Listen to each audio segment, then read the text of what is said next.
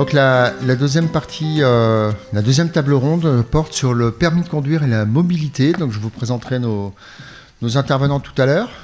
Donc le permis de conduire, c'est un dossier sur lequel notre association travaille depuis le début, en fait.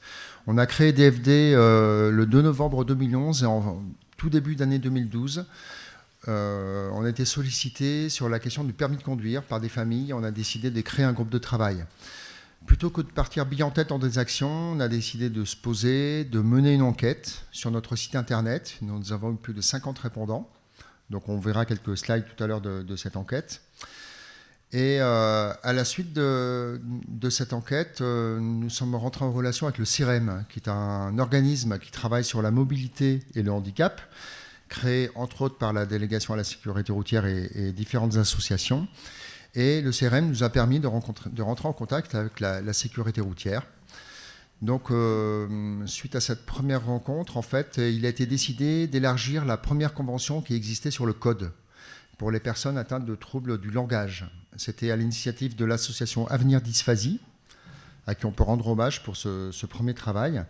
Et la Fédération française des dys et ses associations membres avaient signé une première convention avec la sécurité routière pour permettre quelques aménagements quant au passage du code. Donc nous, en début 2013, on a fait élargir cette première convention à la dyspraxie. Et depuis, nous sommes en relation régulière avec la délégation à la sécurité routière, des entretiens réguliers pour faire part des difficultés rencontrées par les jeunes, que ce soit au niveau du code, mais également au niveau de la conduite. Depuis la fin de l'année 2016, notre association, par mon intermédiaire, participe à la formation de tous les nouveaux inspecteurs et tous les nouveaux délégués du permis de conduire à Nevers. En 2020, avec le CRM et puis d'autres personnes, dont Florence Allaire, que je présenterai tout à l'heure, nous avons élaboré un guide à destination des moniteurs d'auto-école. Donc ce guide qui a été réalisé en 2020.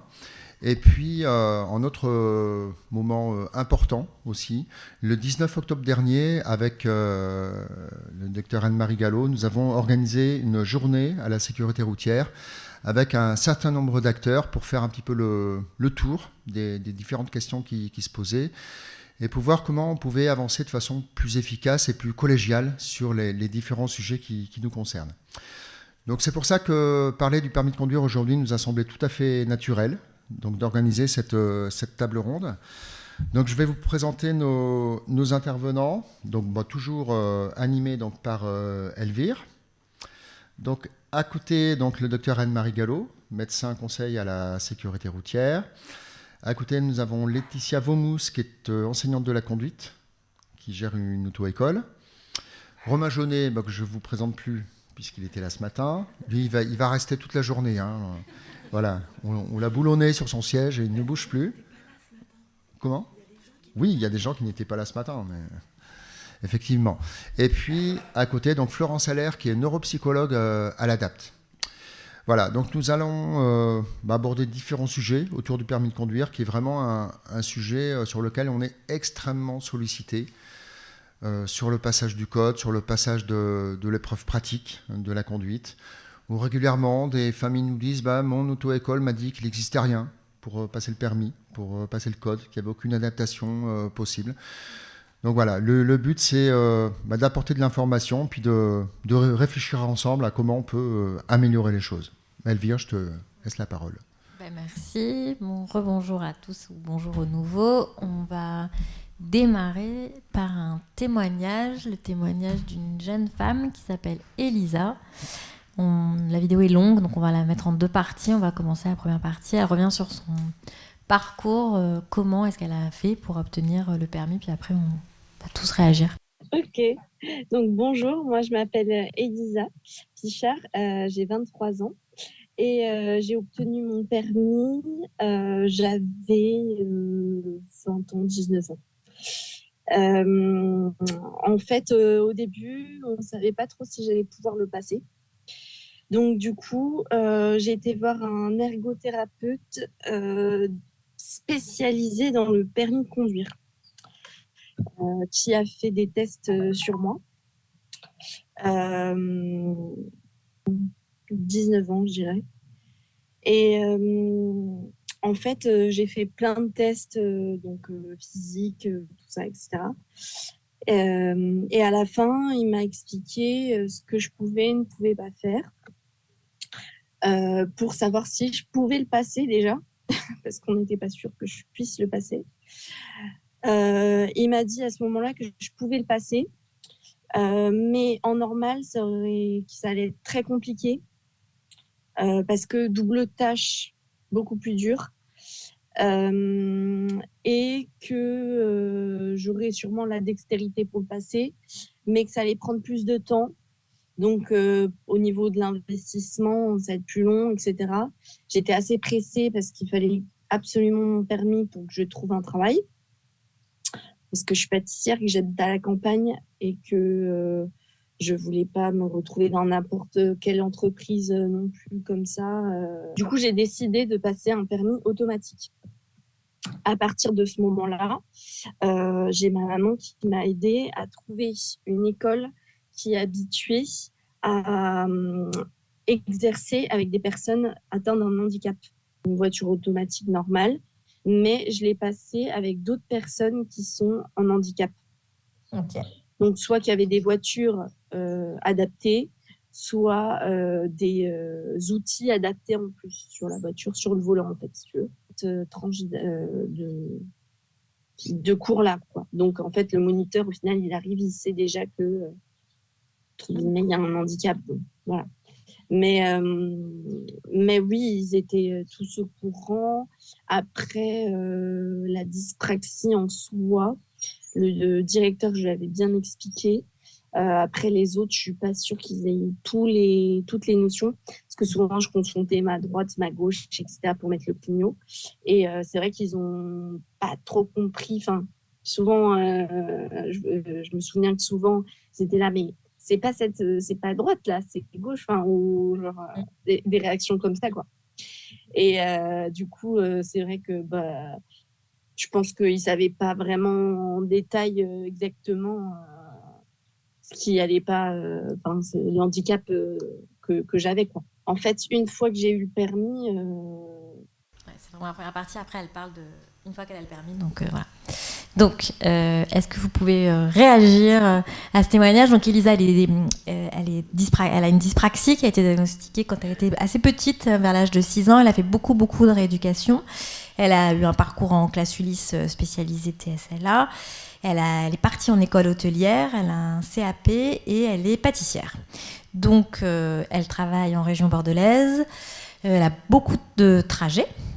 Voiture quotidien pour se rendre au travail et une grande fatigabilité dans le métier. Ça se passe pas toujours très bien et voilà, donc elle témoigne de l'importance d'avoir le permis. Elle a 23 ans et elle l'a passé le code au moment du Covid. Donc, juste pour la petite histoire, parce qu'elle est assez bavarde et il fallait condenser. Le code, elle a bénéficié d'aménagement et elle a eu accès à une plateforme. Elle n'a pas été dans un centre directement d'examen. Voilà. Et après, elle a fait pas mal d'heures de conduite en boîte automatique, mais moins que les résultats de l'étude qu'on pouvait voir, une trentaine d'heures, ce qui n'est pas tant que ça finalement, parce que parfois on arrive à 80, 50, 60 heures. Donc, elle s'en est bien sortie. Mais elle a, je la connais un peu. Elle fait tout pour aller contre le trouble. Je sais pas comment vous dire. Comment? Elle lutte, voilà, c'était le mot. Donc je veux bien que vous réagissiez. Voilà, elle lutte beaucoup, donc je veux bien que vous réagissiez les uns les autres et peut-être vous représenter un petit peu, expliquer ce que vous faites. Florence Allaire. Alors, donc neuropsychologue dans un service de soins qui accueille des jeunes de 2 ans jusqu'à 25 ans. Donc évidemment, à un moment, la question du permis se pose. Alors soit aussi conduite accompagnée, parce que beaucoup de jeunes veulent la conduite accompagnée. Et moi, je vois ça plutôt comme, avant de les orienter vers des organismes compétents ou des professionnels compétents comme les ergothérapeutes, c'est aussi d'abord se connaître. La première des choses, c'est évaluer leur motivation. Est-ce que c'est pas faire comme tout le monde, parce que j'ai l'âge de faire la conduite accompagnée, par exemple? Quelles sont donc les vraies motivations? Après, la deuxième question, c'est bien se connaître en fait ses forces et ses faiblesses. Parce qu'en fait, chaque profil est différent, avec des domaines qui sont préservés, d'autres plus ou moins atteints, enfin plus ou moins en difficulté. Et puis, ce qui peut être aussi intéressant, c'est de leur montrer déjà comment ils sont en tant que piétons, parce que ça donne une bonne idée du futur conducteur, ou du moins déjà des écueils qu'ils peuvent avoir, et notamment le trajet, comment ils se déplacent dans l'espace, comment ils conçoivent leur trajet, comment ils perçoivent les informations, est-ce que c'est rapide, pas rapide. Et puis après, le troisième volet, c'est l'anxiété. Évaluer l'anxiété de déplacement, parce que ça, c'est quelque chose qui joue énormément dans l'apprentissage, mais après aussi pour se déplacer. Et s'ils arrivent déjà vers ces organismes ou professionnels en se connaissant, en fait, ils peuvent déjà avoir déjà la première marche, et ça peut aider les personnes qui les accueillent. Les organismes professionnels, vous voulez dire les auto-écoles labellisées ou... Comme je travaille sur Paris, par exemple, j'utilise le CRM. D'accord. Voilà. Mais il y a plein d'autres organismes. Je ne connais pas tous les sigles, toutes les possibilités, parce que ça varie en fonction des régions, des villes, etc. Oui, bien sûr. Après, les professionnels, il y a les ergots, mais il y a aussi tous les moniteurs spécialisés. Voilà, plus spécialisés, parce que certains s'adressent directement aux moniteurs. Voilà, donc ça dépend de leur parcours. Ok, merci. En tant qu'ergothérapeute, du coup, ma première réaction sur le témoignage, c'est... déjà, je trouve qu'elle montre bien les enjeux du permis. C'est-à-dire que dans sa situation, c'est pour accéder à l'emploi. C'est pas juste pour avoir un petit papier j'allais dire rose, mais il est plus rose aujourd'hui. Un petit papier dans son portefeuille pour dire j'ai le permis. C'est vraiment une clé pour aller vers aussi de l'autonomie et le travail. Donc ça montre à quel point c'est souvent lié à des enjeux plus grands que la conduite automobile, et à quel point aussi, pour certains, c'est une obligation, mais pour d'autres, c'est vrai, et je rejoins Florence, parfois, c'est pas une obligation d'avoir le permis de conduire. Je connais plein de jeunes qui n'ont pas besoin du permis de conduire parce qu'ils vivent en milieu urbain, et c'est pas une nécessité pour eux. Donc c'est pas un problème pour tous. Et après, je trouve que ce qui est intéressant dans le témoignage, c'est aussi qu'elle démontre bien les enjeux dans le TDC de difficulté d'accéder au permis de conduire. Alors on sait bien que dans le TDC, il y a cette difficulté de coordination motrice qui peut impacter plein de choses, et effectivement la conduite aussi, mais ce qui est peut-être important à souligner, c'est qu'il n'y a pas que les coordinations motrices qui sont impliquées dans la conduite automobile. Les fonctions exécutives, le fait de planifier, d'organiser, de gérer tout ça, c'est une vraie dimension qui est aussi plutôt affectée dans le TDC. Et puis, autre point qui est très très important, c'est l'anxiété. Quand on ne connaît pas un endroit, quand on conduit quelque part qu'on n'a jamais conduit, c'est plus problématique, et elle le dit bien aussi, il y a cet aspect-là qu'il faut être capable de maîtriser, ce qui en fait un sujet vraiment complexe. En tout cas, à mon sens, je trouve que c'est un sujet qui implique de nombreux acteurs, et du coup la table ronde montre aussi à quel point c'est important qu'on s'en empare tous. Donc voilà la première réaction au témoignage. Et elle parle de l'ergothérapeute quand même, qui l'a orientée tout de suite pour savoir est-ce qu'elle pourrait le passer, parce qu'elle est quand même assez... atteinte, donc il y avait une incertitude. Elle me disait, mais vraiment, pendant longtemps, j'ai pensé que je ne le passerais pas. Donc elle va voir l'ergo, qui est spécialisée, donc elle a été quand même très très très très très suivie par les parents qui ont toujours fléché les parcours. Et on lui dit, bah oui, c'est possible, mais plutôt comme ça. Et elle a quand même fait aussi de la rééducation, elle a eu des adaptations, enfin, elle n'a pas eu... elle n'y est pas allée la fleur au fusil, quoi. Ça montre l'importance du soutien. Ça revient un peu à ce qu'on disait ce matin, c'est être capable de tisser ce réseau autour de soi, d'être soutenu dans cette démarche. Et ça fait appel, encore une fois, à beaucoup de facteurs qui sont très personnels. Enfin, quelqu'un avec un autre caractère ou une autre sphère familiale ne pourra pas accéder aux mêmes chances, malheureusement. Donc c'est important aussi qu'on reconnaisse effectivement qu'il y a un maillage autour de tout ça qui rend le permis plus facile. Plus accessible. Ouais, plus accessible. Mais comme on se rend compte quand même que dans tous les champs, ça se retrouve... l'accompagnement est quand même la clé. On change le destin des enfants.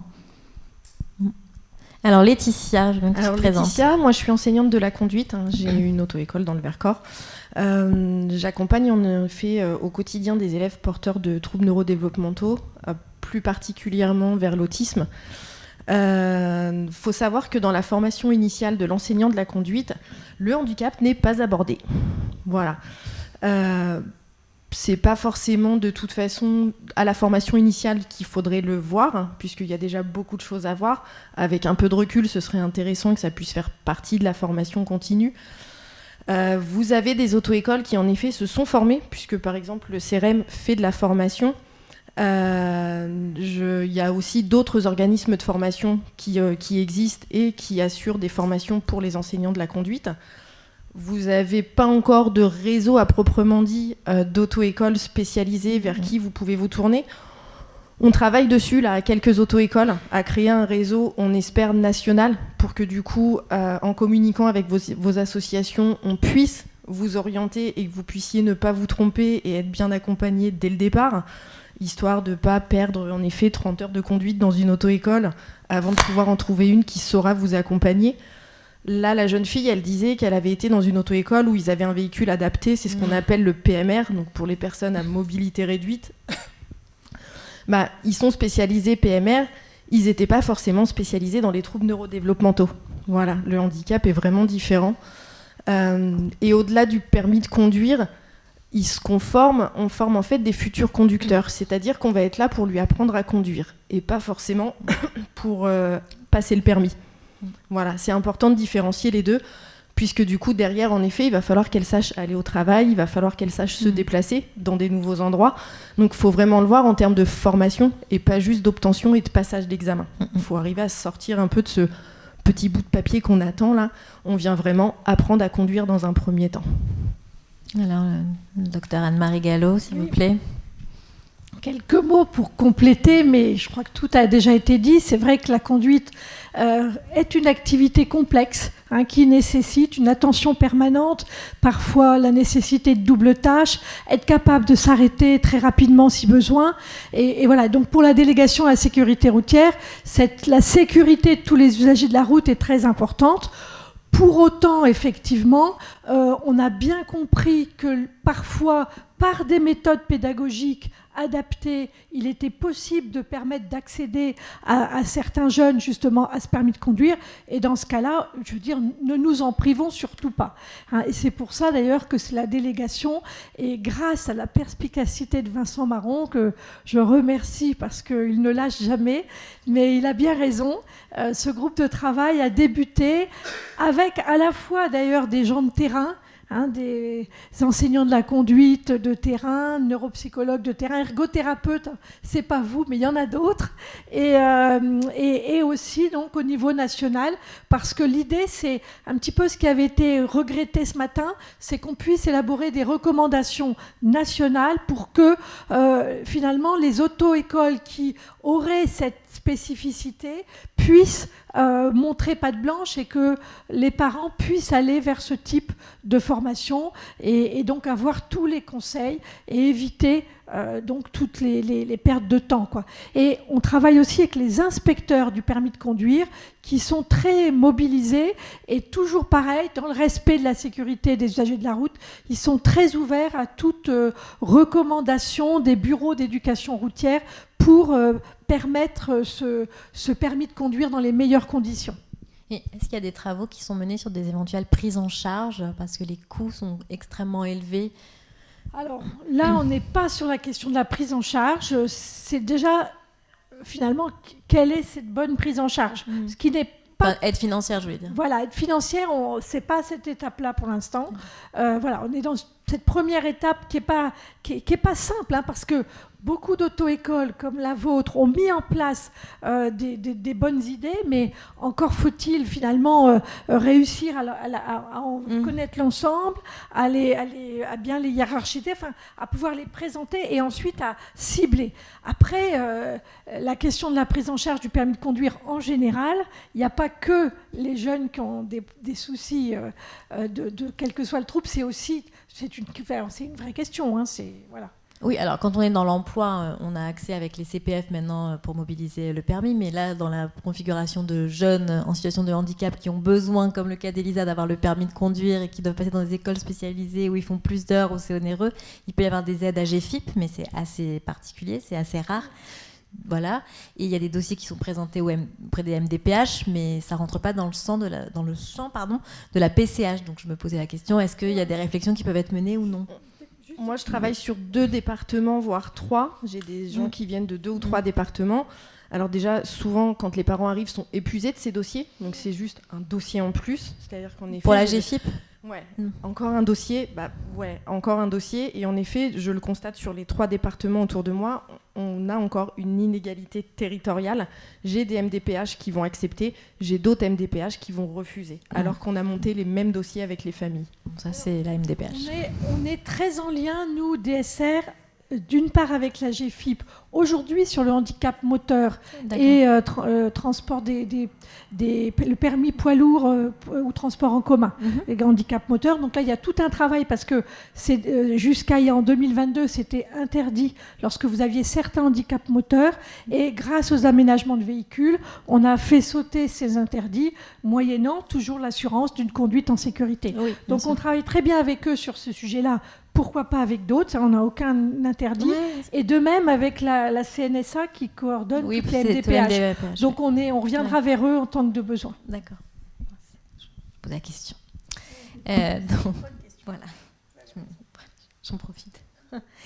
Donc, un des enjeux, Vincent va parler, voilà. Donc, l'enjeu, c'est en quoi donc, le TDC rend-il l'obtention du permis de conduire plus difficile? Donc, on a entendu Elisa, mais je vais me tourner un peu vers les experts. Donc, tout le monde a préparé des slides. Donc, tout le monde va prendre la parole à tour de rôle. Donc, ça, c'est des slides qui avaient été réalisés suite à l'étude avec DFD que Laetitia m'a transmise. Donc, ce que vous entendez souvent, j'imagine, les uns les autres, c'est le code, c'est trop dur, j'y arriverai jamais. Est-ce que tu peux développer un peu cette slide? Enfin, qui veut Voilà, vous êtes. Ça ne se rappelle plus. Non, j'étais en train de lire ce que tu Oui, disais. c'est tout petit. En effet, le code, déjà, pour tous nos élèves, n'est pas forcément passionnant. Il y a eu une dernière réforme quand même qui nous a ramené un peu plus vers du concret, où on voit un peu plus de questions sur la circulation, etc., donc, où l'élève a plus de facilité à faire le transfert avec l'aspect pratique pour la suite. Donc on arrive déjà un peu plus à les intéresser. Le « j'y arriverai pas », c'est parce qu'ils arrivent dans une auto-école et qu'il y a le mot « école » et que très souvent, ils ont déjà été très fatigués par le système scolaire, que pour eux c'est encore un apprentissage en plus. Et que par le travail qu'on peut être amené à faire avec eux, il y a tout de même plein de méthodes et plein d'outils qu'on va pouvoir utiliser et mettre en place pour y arriver sans que ce soit non plus trop dur, trop compliqué. Ce sera certainement un peu plus long, mais ce sera possible, encore une fois, en connaissant l'élève. Et on peut être amené très régulièrement, on est amené aussi à contacter les professionnels de santé qui travaillent. Les familles aussi sont en capacité de nous donner beaucoup de renseignements. On a encore quelques élèves qui arrivent malheureusement à l'auto-école et qui cachent ce trouble. Alors, ceux qui ne l'ont pas accepté et qui ne veulent pas, comme ce matin, un jeune disait « moi, je n'ai pas voulu le dire », dites-le quand vous arrivez à l'auto-école, puisque si l'auto-école n'est pas compétente, elle peut déjà vous dire « non, nous, on ne pourra pas faire », elle pourra vous orienter ailleurs. Et si l'auto-école est compétente, tout de suite, elle va pouvoir adapter en fait ses méthodes de travail, les outils mis en place, la façon dont elle va organiser le planning. Vous avez des cours collectifs où parfois ça ira trop vite pour l'élève, pour le code. Et on peut organiser des plus petits groupes. On organise aussi une façon de travailler différente où on va plus cibler que de travailler sur plein de choses en général. Sauf que si on n'est pas informé de ce trouble, du coup vous perdez du temps et vous perdez de l'argent, puisque quand on s'en rend compte, on en parle avec les familles et c'est à ce moment-là qu'on apprend qu'il y a un trouble. Mais si on peut s'adapter dès le départ, c'est du temps de gagner et moralement aussi, ça fait du bien puisque ça fonctionne. Oui, à la fois donner cette information effectivement à l'auto-école en allant vers une auto-école qui a cet intérêt, mais aussi les bureaux d'éducation routière disent la même chose, les inspecteurs du permis de conduire souhaitent, alors ils disent surtout pas le jour du permis ou surtout pas rien, mais en amont, au sein du bureau d'éducation routière, en lien avec l'auto-école, et comme ça le bureau d'éducation routière s'organise et sans un mot plus haut le jour du passage du permis, tout est prévu en fonction de l'élève, quoi. Toujours dans le cadre de la sécurité, mais dans le respect de ce qui... Voilà. Juste une remarque par rapport au code de la route. C'est vrai que c'est une réflexion qu'on avait pu avoir en préparant la table ronde. C'était aussi sur la formulation des questions ou la représentation des images au moment où on apprend ou on passe l'examen. C'est vrai que pour beaucoup, et là on ne pense pas que aux personnes avec un TDC, on peut largement élargir à toute la population même. Il y a aussi un vrai enjeu. Ce matin, on parlait d'universalité des apprentissages. Je pense que dans le passage du code de la route, dans les examens autour du code de la route, il y a vraiment un gros travail de reformulation et de redéfinition de ce qu'on cherche à évaluer, parce que c'est très très particulier quand même. Mais qui a été encore... je ne sais pas si la dernière version était encore mieux. Bon, Oui. voilà. Non, je crois que Florence veut préciser. Il y a la reformulation qui est importante à introduire lors de l'évaluation. Et puis, certaines images, quand elles sont vues d'en haut, c'est très compliqué, ne serait-ce que pour des personnes qui présentent un TDC, mais aussi d'autres personnes, hein, parce que c'est un point de vue inhabituel et c'est pour certaines personnes très compliqué. Mais l'idée, c'est de formuler correctement du premier coup, parce que la notion de reformulation peut ensuite prêter à confusion, c'est pas jusqu'où ça peut aller, vous voyez. Donc le travail de la DSR, ils l'ont déjà fait 1 ou 2 fois récemment et on le refera si besoin, c'est de dire il faut que ce code de la route, d'emblée, d'ailleurs vous le disiez, y compris pour des gens qui n'ont pas forcément de troubles, des fois les questions ne sont pas du tout évidentes. Il vaut mieux. C'est voulu, non? Enfin, il y a un piège dans la question. Non, pour connaître les personnes. Franchement, non, mais vraiment pas. Pardon. Franchement, pour connaître les personnes qui le font, je peux vous dire qu'il n'y a pas de mauvaise volonté. Non, mais c'est pas si simple de poser des questions et des réponses, je vous assure. Non, mais ça, je crois. Voilà. On le voit, on le lit, hein, d'ailleurs. On arrive vite à se faire piéger. Et il n'y a rien de pire que de vouloir écrire quelque chose de simple. Non, parce qu'Elisa, c'est ce qu'elle disait, j'ai pas gardé, mais elle disait, elle, que ça avait été très compliqué, le code. Donc, elle, comme elle avait fait à distance, sa mère lui lisait les questions à l'oral. Mais elle me disait, c'était très compliqué, parce qu'il y avait notamment tous les trucs là, avec l'alcool. Elle me disait, c'est hyper compliqué. Elle avait vraiment cette sensation du piège dans la question en permanence. Et ces histoires d'unités, de milligrammes. Enfin, bon, moi, je suis nulle, hein. Mais... Puis juste du coup pour ajouter à ça, il y a quand même dans les statistiques, on a 50% des personnes avec un TDC qui ont aussi une dyslexie, donc des difficultés un trouble de lecture. Associé, ouais. Donc ça veut dire que potentiellement c'est un défi supplémentaire d'accéder à la lecture de la question. Donc si en plus elle est formulée particulièrement, c'est encore plus complexe. Florence, tu voulais compléter, c'était ça? C'est à peu près ça. Okay. Ce que souvent ne connaissent pas les auto-écoles, c'est l'adaptation qui est possible. Je le vois régulièrement quand je récupère des candidats. Il existe des examens adaptés. C'est-à-dire qu'aujourd'hui, quand vous passez le code, vous vous inscrivez soit dans un centre spécialisé, soit au sein d'un bureau de poste. Vous y allez, vous êtes soit tout seul dans une salle, soit à plusieurs. Vous passez le code, vous ressortez, vous recevez un SMS 1 heure après, vous avez votre code ou pas.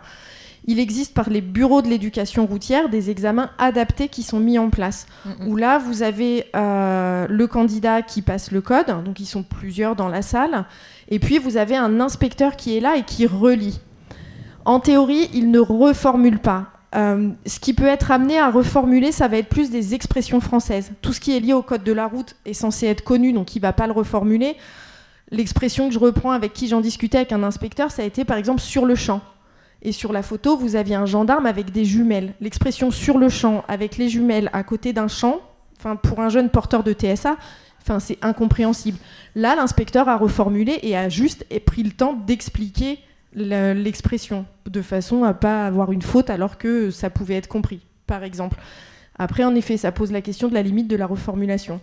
Encore une fois, et ça on l'a beaucoup signalé à la délégation, c'est l'inégalité territoriale. J'ai la chance de faire partie d'un département où on a des inspecteurs qui sont proactifs dans le handicap, où tous les 2 mois environ, on a un examen de code qui est organisé, qui est adapté. Il y a des départements où vous en avez 1 ou 2 par an. Voilà. Donc l'idée, c'est aussi d'arriver à une unité territoriale. C'est l'objectif de notre groupe de travail, c'est d'harmoniser ce qui se fait de bien dans certains endroits. De le dupliquer. Voilà. Alors, dans les aspects gênants de l'apprentissage du code de la route, donc il y a eu, suite à l'étude qui avait été réalisée par DFD notamment, donc c'était le bruit et la gestion du temps sont difficiles à gérer, ça entraîne des difficultés pour l'apprentissage et donc la réussite de l'examen du code de la route. Donc il y avait le bruit, ça, l'environnement bruyant, donc c'est pour ça maintenant qu'on peut mettre dans des salles seules, hein, c'est ça? Ouais. Le temps pour répondre, c'était très court et c'est vrai que parfois il y avait moi j'ai le souvenir du... Moi, j'ai jamais eu, mais j'ai le souvenir du timer, du truc. Ça génère encore plus une angoisse quand on présente un trouble. Le temps, donc, des conséquences trop courtes pour visualiser l'image et l'absence d'un moniteur pour expliquer après la séance. Et donc, ça, est-ce que vous pouvez dire quels aménagements maintenant ont été mis en œuvre? Ça, c'était le point de départ et où est-ce qu'on en est maintenant? Alors, malheureusement, c'est vrai qu'aujourd'hui, vous avez beaucoup d'auto-écoles. Quand vous vous inscrivez, ils vont vous vendre un abonnement sur Internet. Et voilà, ça va s'arrêter là. On a perdu un peu l'utilité de notre salle de code. vous avez des auto-écoles qui n'utilisent plus leur salle de code. On y revient, heureusement. Des auto-écoles remettent en place des cours de code. C'est vrai qu'il y a des jeunes qui arrivent à travailler tout seuls sur Internet via une application, un accès sur Internet. Et vous avez ceux qui ont besoin vraiment d'avoir un accompagnement où, à partir du moment où le jeune a expliqué et est conscient de ses difficultés, qu'on a pu échanger, que ce soit encore une fois avec les professionnels qui l'entourent, avec les familles, ou même juste avec lui quand il se connaît bien, on arrive à mettre en place des adaptations, une façon de travailler et un planning pour favoriser sa réussite. C'est bon ? Alors, je vais demander à Florence de présenter. Alors, je pense que vous n'allez pas lire parce que ça sort tout petit. Je ne sais pas si tu veux mon ordinateur, mais tu connais par cœur, je pense. Donc, je veux bien que tu expliques. En fait, c'était pour expliquer quels étaient les possibles domaines touchés. Alors certains, malheureusement, c'est tous les domaines. D'autres, c'est que certains domaines. Donc, il y a tout ce qui a trait au traitement de l'information visuelle. Et en fait, c'est les conséquences que ça entraîne. Et par contre, il y a l'espace, après il y a la motricité, il y a aussi tout le côté personnel, avec notamment l'anxiété, et puis les troubles associés, dont le TDAH, qui vraiment vient assombrir un peu l'accès au permis. Après, il y a aussi tous les enjeux sociétals. Et ce que je me suis aperçue que j'avais vraiment oublié de mettre, parce que je me suis dit, en fait, je l'ai relu 3 jours après l'avoir donné, et là, je me suis dit quand même, j'étais très pessimiste, c'est affreux. Et j'ai oublié de marquer tout ce qui était ressources personnelles. Et c'est quelque chose qui est important, c'est-à-dire que tous ces jeunes ont des ressources personnelles, surtout lorsqu'ils se connaissent bien, et surtout ils ont mis en place plein de stratégies de compensation, et c'est bien d'arriver un peu à leur montrer où sont ces stratégies, parce que tellement ils se sont construits comme ça, en fait, ils ne les voient plus. Et en fait, tu leur dis, mais là, vous avez une possibilité de rebondir là-dessus. Et c'est vrai qu'en faisant attention à tout ce profil, en fait, tout le côté droit, et en fait, où sont leurs difficultés et leurs points forts, en fait, ça leur permet d'avoir des billes pour passer le permis, sur quoi ils peuvent s'appuyer et rebondir. Et ça, c'est quelque chose que j'ai oublié et je regrette. Je suis désolée.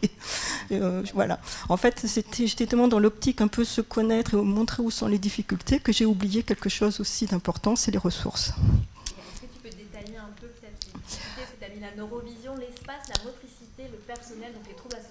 Voilà. Alors surtout, c'était pour montrer les répercussions que ça pouvait entraîner. Donc c'est vrai que le fait d'avoir des difficultés pour traiter les informations visuelles, eh bien, ça donne un ralentissement, c'est-à-dire qu'ils sont un petit peu plus lents. Alors c'est de l'ordre des millisecondes à la lenteur. C'est le traitement de l'information visuelle est quelque chose d'extrêmement rapide. Là, ils sont un petit peu plus lents. Donc c'est tout ce qui est appréciation de la vitesse, tout ce qui est aussi sensibilité, c'est-à-dire que c'est différent de rouler sur une ligne droite ou place de l'Étoile à Paris. Le contexte des informations visuelles à traiter complètement différent, évidemment.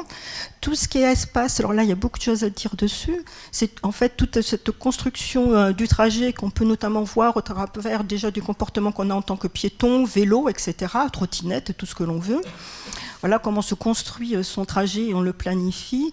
Tout ce qui est estimation des distances ou d'estimation de la largeur. Ce qui est important aussi, c'est situer les objets entre eux et à quelle distance ils sont. Est-ce que j'ai le temps de si je suis piéton, est-ce que j'ai le temps de traverser? Mais si j'ai une voiture de pompiers qui doit passer, merci Romain,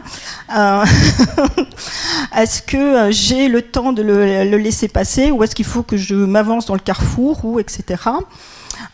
Évidemment, lire les panneaux complexes, comme certains sens giratoires qui sont vraiment très compliqués, même pour le commun des mortels, pour tout le monde. On se demande vraiment par où il faut passer.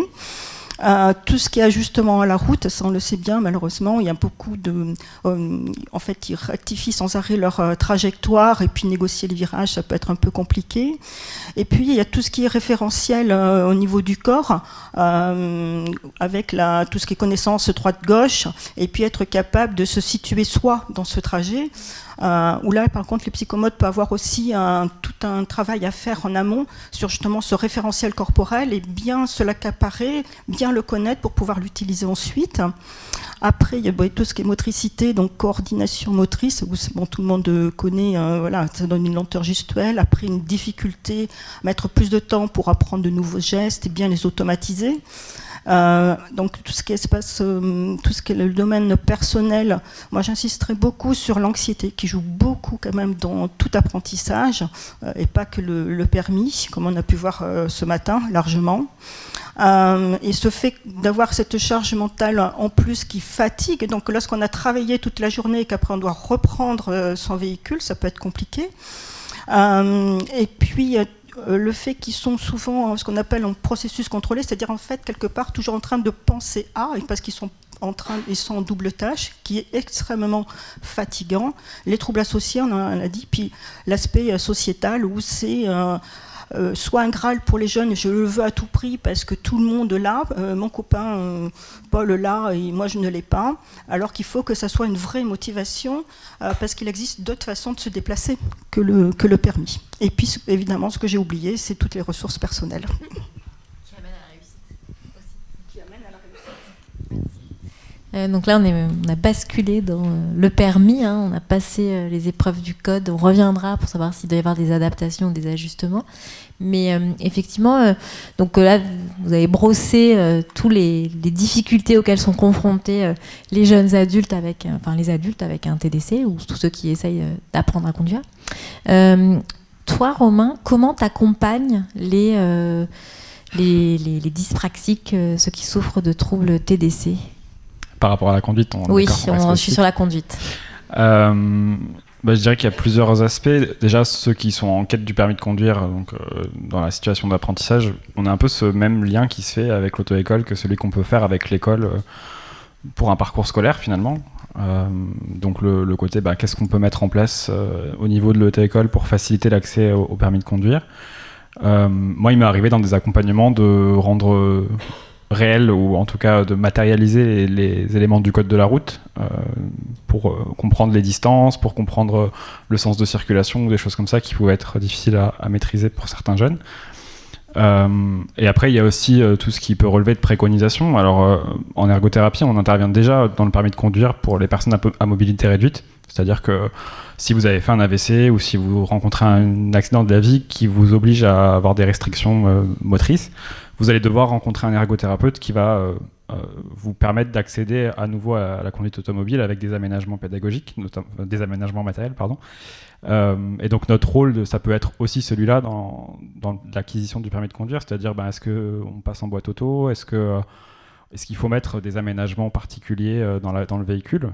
Il y a des choses qui existent. On a d'ailleurs fait un webinaire avec DFD à destination des ergothérapeutes il n'y a pas très longtemps. Donc il y a pas mal d'aménagements finalement qui sont aussi possibles de mettre en place.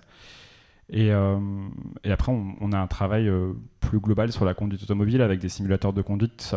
C'est des situations un peu extraordinaires parce qu'on n'a pas tous des simulateurs de conduite dans nos cabinets, bien évidemment. Mais il y a aussi cette possibilité d'accompagner le jeune dans la voiture directement, ou dans une voiture réelle ou dans un simulateur.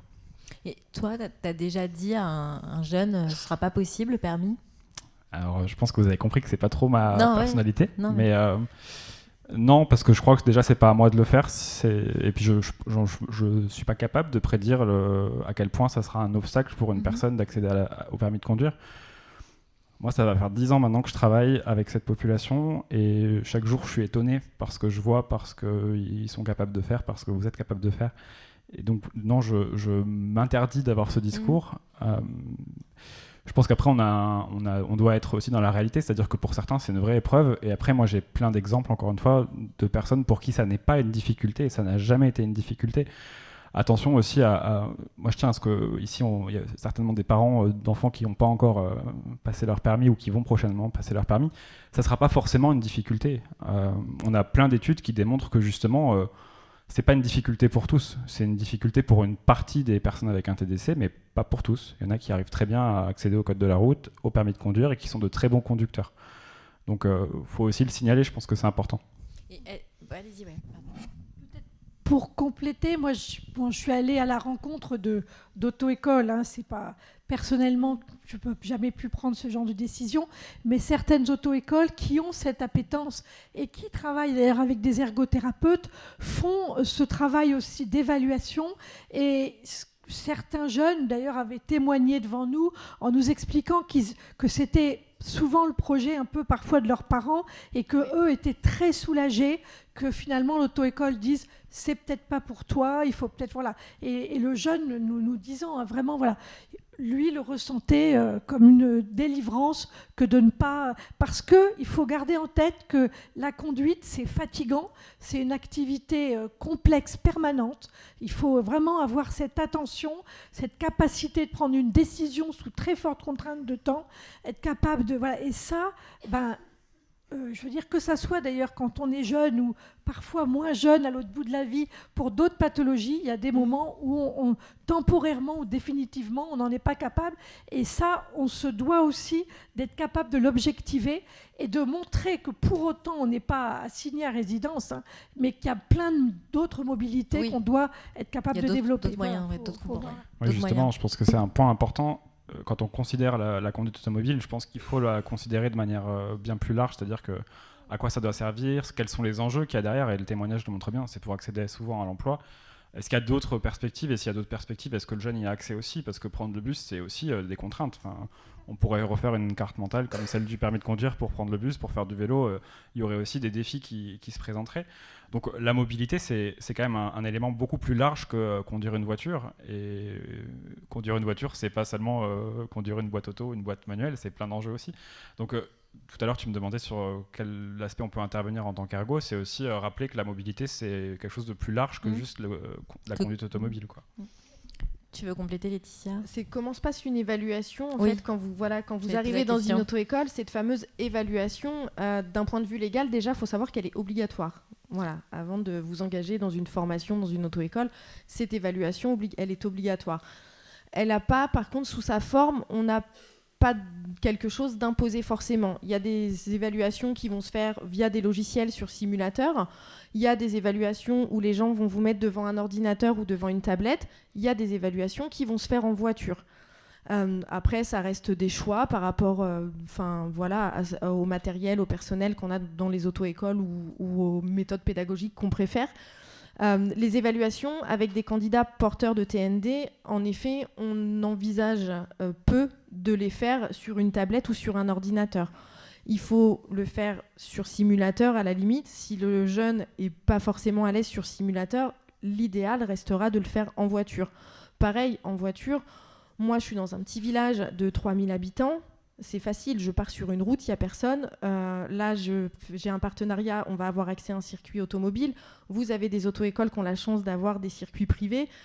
C'est sûr que si vous partez de plein centre-ville, après, c'est pas grave. L'enseignant, il prend le volant, il va 10 minutes plus loin et il va dans un coin tranquille par rapport à l'anxiété dont on parlait. Mais voilà, cette évaluation pour les candidats porteurs de TND, elle n'est pas lambda, elle ne sera pas comme les autres candidats, c'est-à-dire qu'il va falloir qu'on pousse un peu plus loin, il va falloir aussi qu'on évalue beaucoup plus le code, ce qu'on ne fait pas forcément. La partie théorique, elle s'évalue peu en fait sur un candidat lambda, alors que sur un candidat porteur de TND, l'évaluation, elle peut vous prendre jusqu'à 2 heures, voire 3 heures, puisqu'il y a aussi tout l'entretien qu'on va avoir derrière avec le candidat qui va nous permettre de savoir beaucoup de choses et qui va rentrer en compte pour pouvoir vous dire oui, c'est ok, on peut y aller et on va y arriver, ou non, on va pas pouvoir y aller, quoi. Donc faut pas, en une demi-heure, ce sera pas possible d'évaluer un candidat qui est porteur de TND, clairement.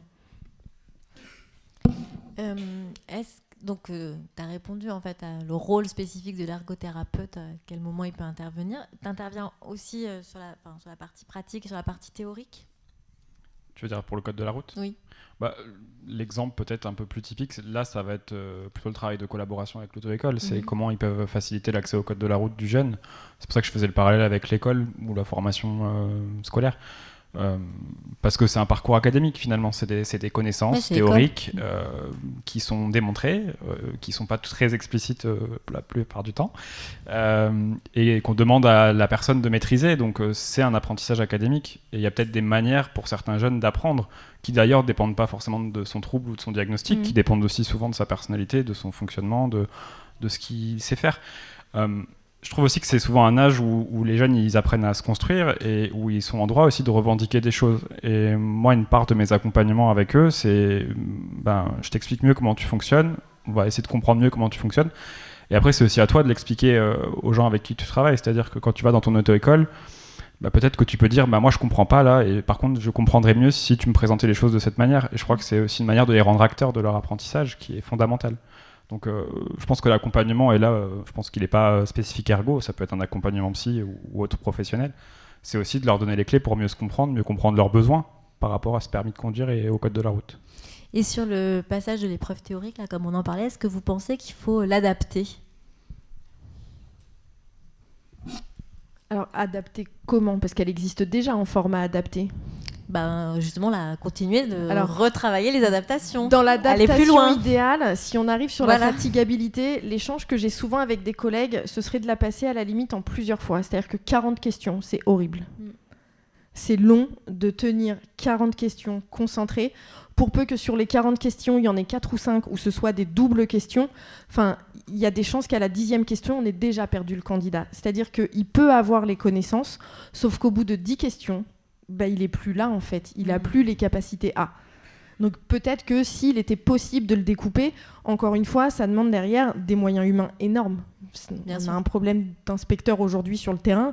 Si en plus, il faut que le jeune, on bloque des créneaux pour qu'il aille passer 10 questions du code qui reviennent le lendemain, après, est-ce qu'on a les moyens ou est-ce qu'on se donne les moyens ? Mais oui, il y a des solutions qui peuvent être envisagées, ouais.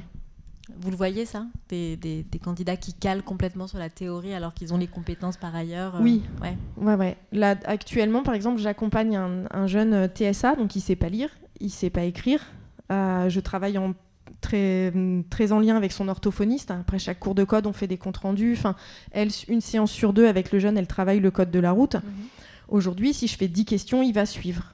L'idée, c'est qu'on prolonge. Là, je le vois, à 14-15 questions, je le perds. Il est plus attentif, il en a marre, il est fatigué. Donc, on commence à gagner, mais 10 questions par 10 questions, oui, ça pourrait marcher. Moi, je voulais juste témoigner sur une possibilité pour l'avoir testé. C'est un CESAD qui travaille aussi effectivement sur cette préparation de code. Et là où je dirais que c'est ultra important, c'est qu'il y ait une certaine flexibilité de la part des moniteurs d'auto-école et de tous les professionnels qui entourent pour adapter les temps en fait de préparation et de passation de tous ces examens-là.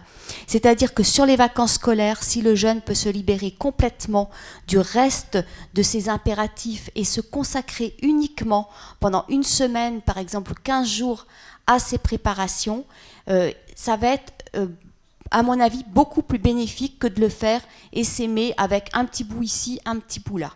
Et ça, malheureusement, c'est compliqué pour certains moniteurs d'auto-école d'entendre dire que il va falloir privilégier ce jeune-là pour lui donner des leçons à telle heure, à tel moment. Voilà. Mais je pense que ça dépend des auto-écoles. C'est-à-dire que, étant donné qu'on n'est pas formé, pas tous, on n'est pas formés, on est mal informés aussi. Avant de faire changer les habitudes, c'est-à-dire qu'il va falloir former les gens, il va falloir accepter de changer le système, il va falloir aussi du coup former plus de gens, c'est-à-dire qu'on ne manque pas seulement d'inspecteurs en France, on manque aussi d'enseignants de la conduite.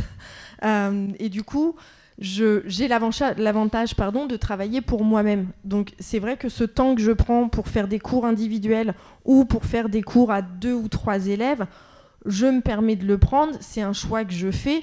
J'ai largement baissé mon seuil de rentabilité. Ça reste un choix personnel qu'on ne peut pas imposer à toutes les entreprises. Après, le coût est forcément plus élevé, d'où l'intérêt de pouvoir aller chercher des aides. C'est-à-dire qu'un cours individuel de code, je ne peux pas le facturer au même prix qu'un cours où j'ai 10 élèves dans ma salle.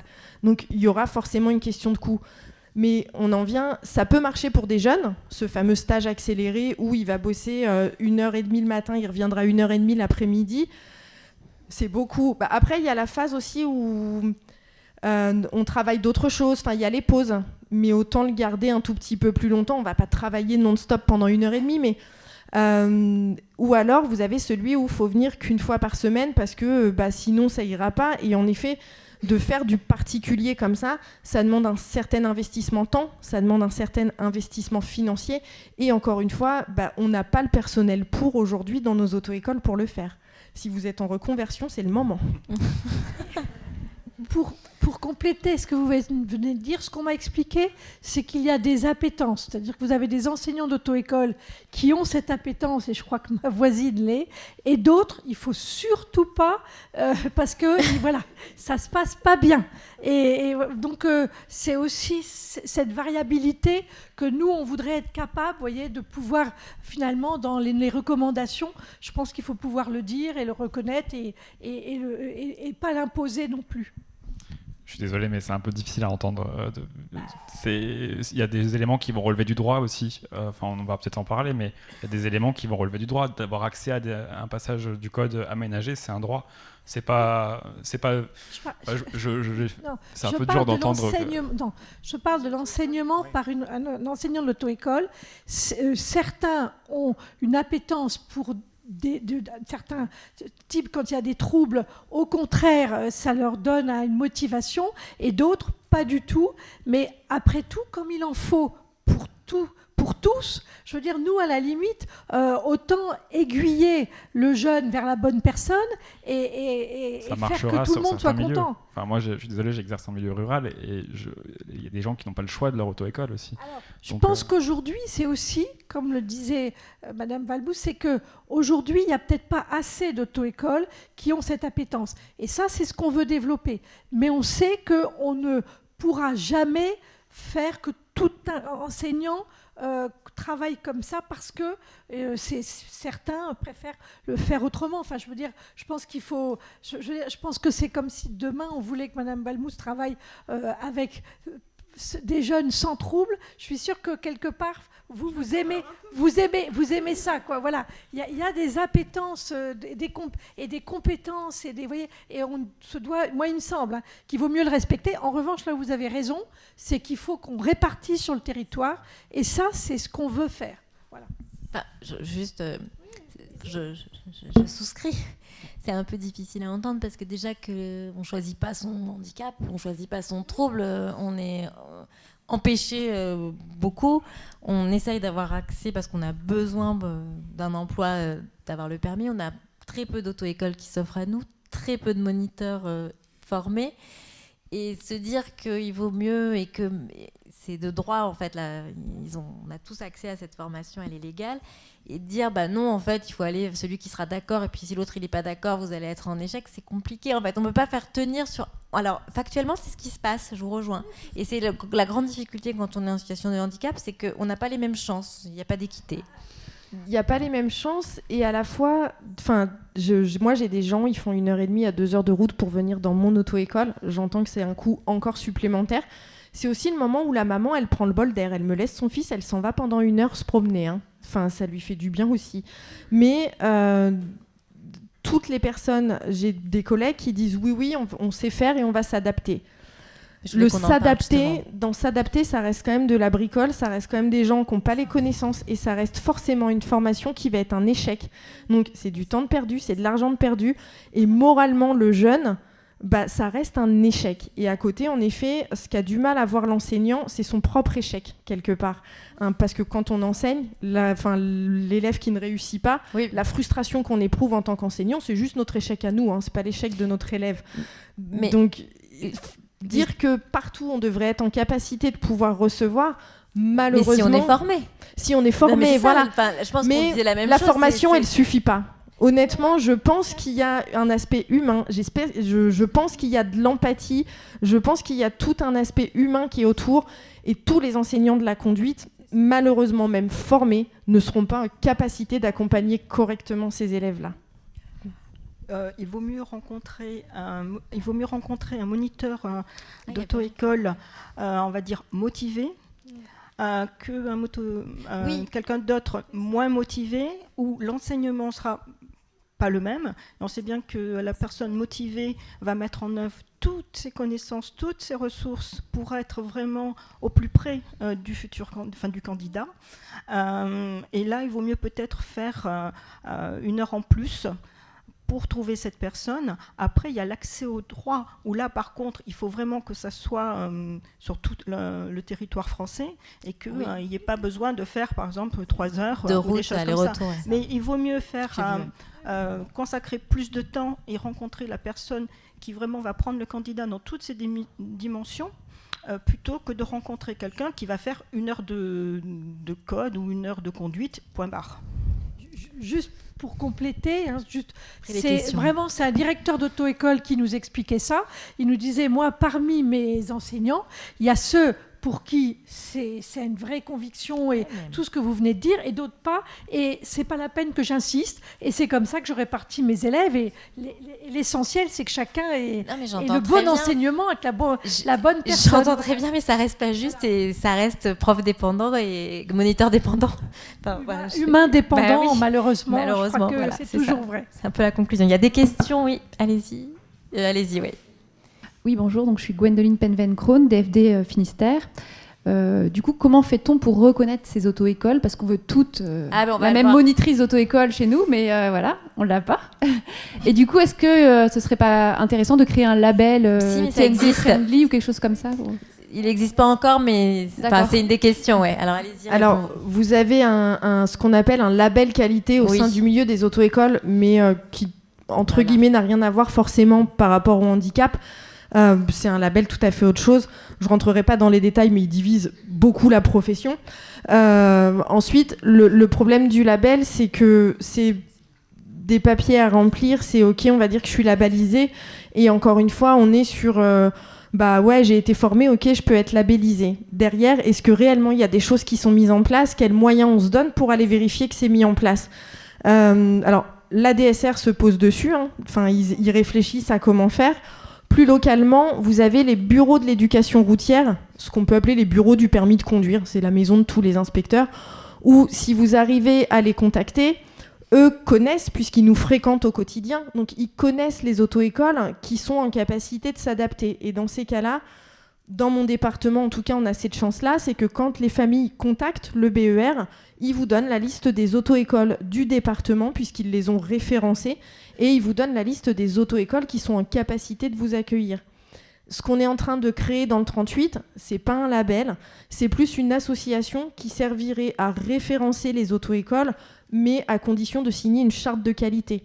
Accompagné du coup avec les associations avec lesquelles on est en train de voir pour des partenariats. Dans l'Isère, vous avez Handi Réseau qui regroupe 40 ou 60 associations liées au handicap et qui nous accompagne sur cette charte qualité.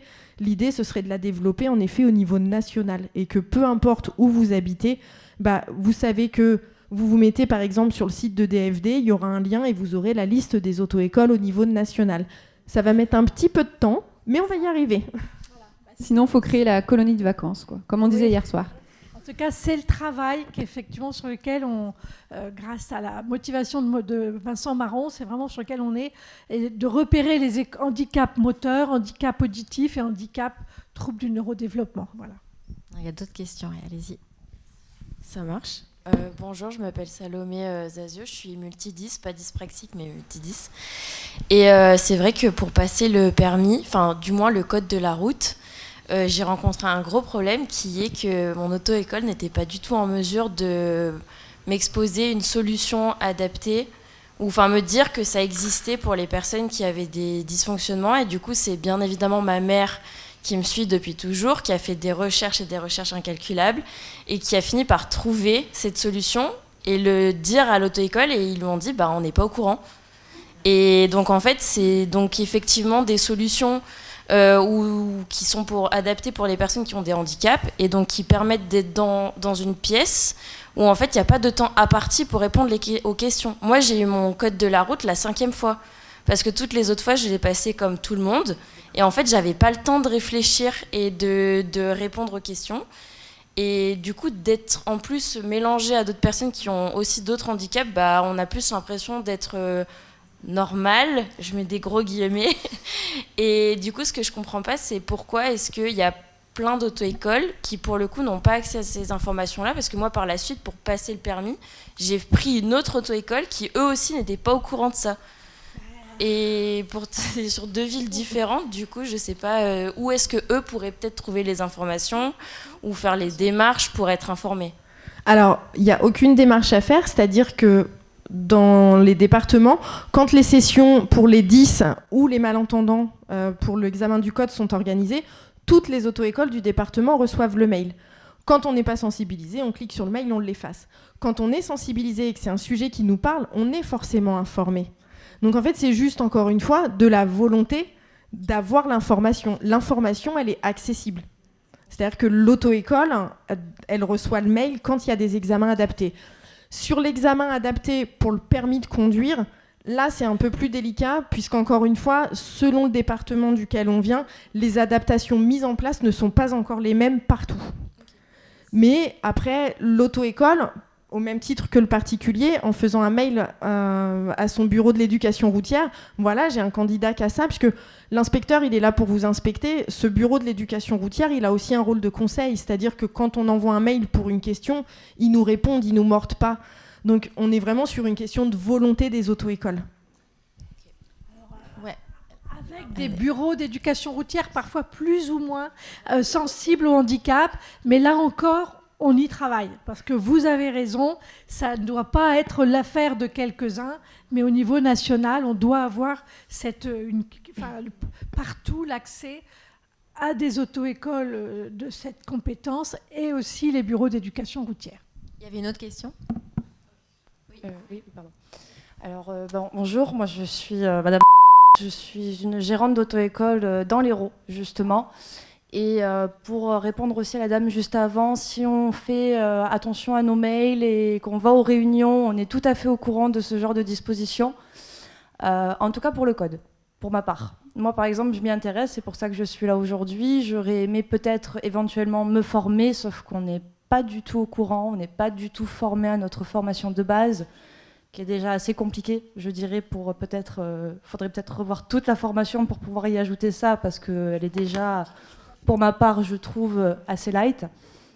Mais qu'est-ce qui existe exactement, en fait, comme formation pour se spécialiser là-dedans, par exemple ? Vous avez entendu la question ? Oui. Alors, vous avez le CEREM, qui est en région parisienne, qui organise une formation sur le PMR, mais qui organise aussi une formation sur les troubles 10. Vous avez, je ne sais plus comment il s'appelle, je retrouverai, c'est promis.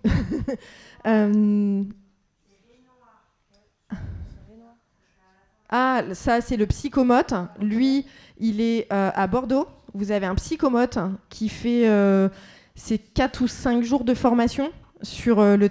3 jours. 3 jours sur le... j'ai cru que c'était plus long quand on l'a faite. Et du coup, c'est ça. Qui forme sur le TDA. Et puis sur la dyspraxie.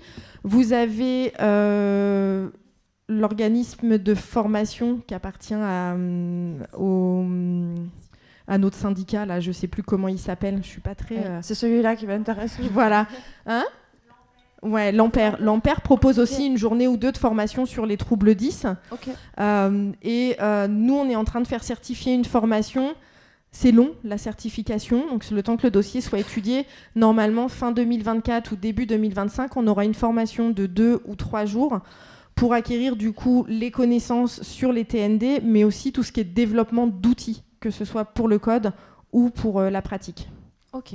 Bah là, par exemple, aujourd'hui, j'ai appris qu'en pratique, c'était aussi possible de faire des choses en envoyant des mails. Je ne savais pas. Alors après, ça dépend des départements. Nous, on a des places adaptées. Il y a des choses qui ont été mises en place. Ce n'est pas le cas dans tous les départements. Oui, d'accord. Mais vous avez un référent handicap dans votre BER. Ok.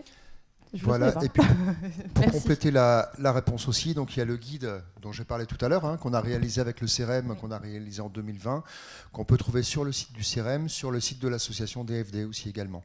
Donc un guide qui est assez complet, tant au niveau du code que de la conduite. Est-ce qu'on peut voir... Il y a d'autres questions ? Oui. Ah, c'est le moment. Je vois pas où. Ah oui, Marie ?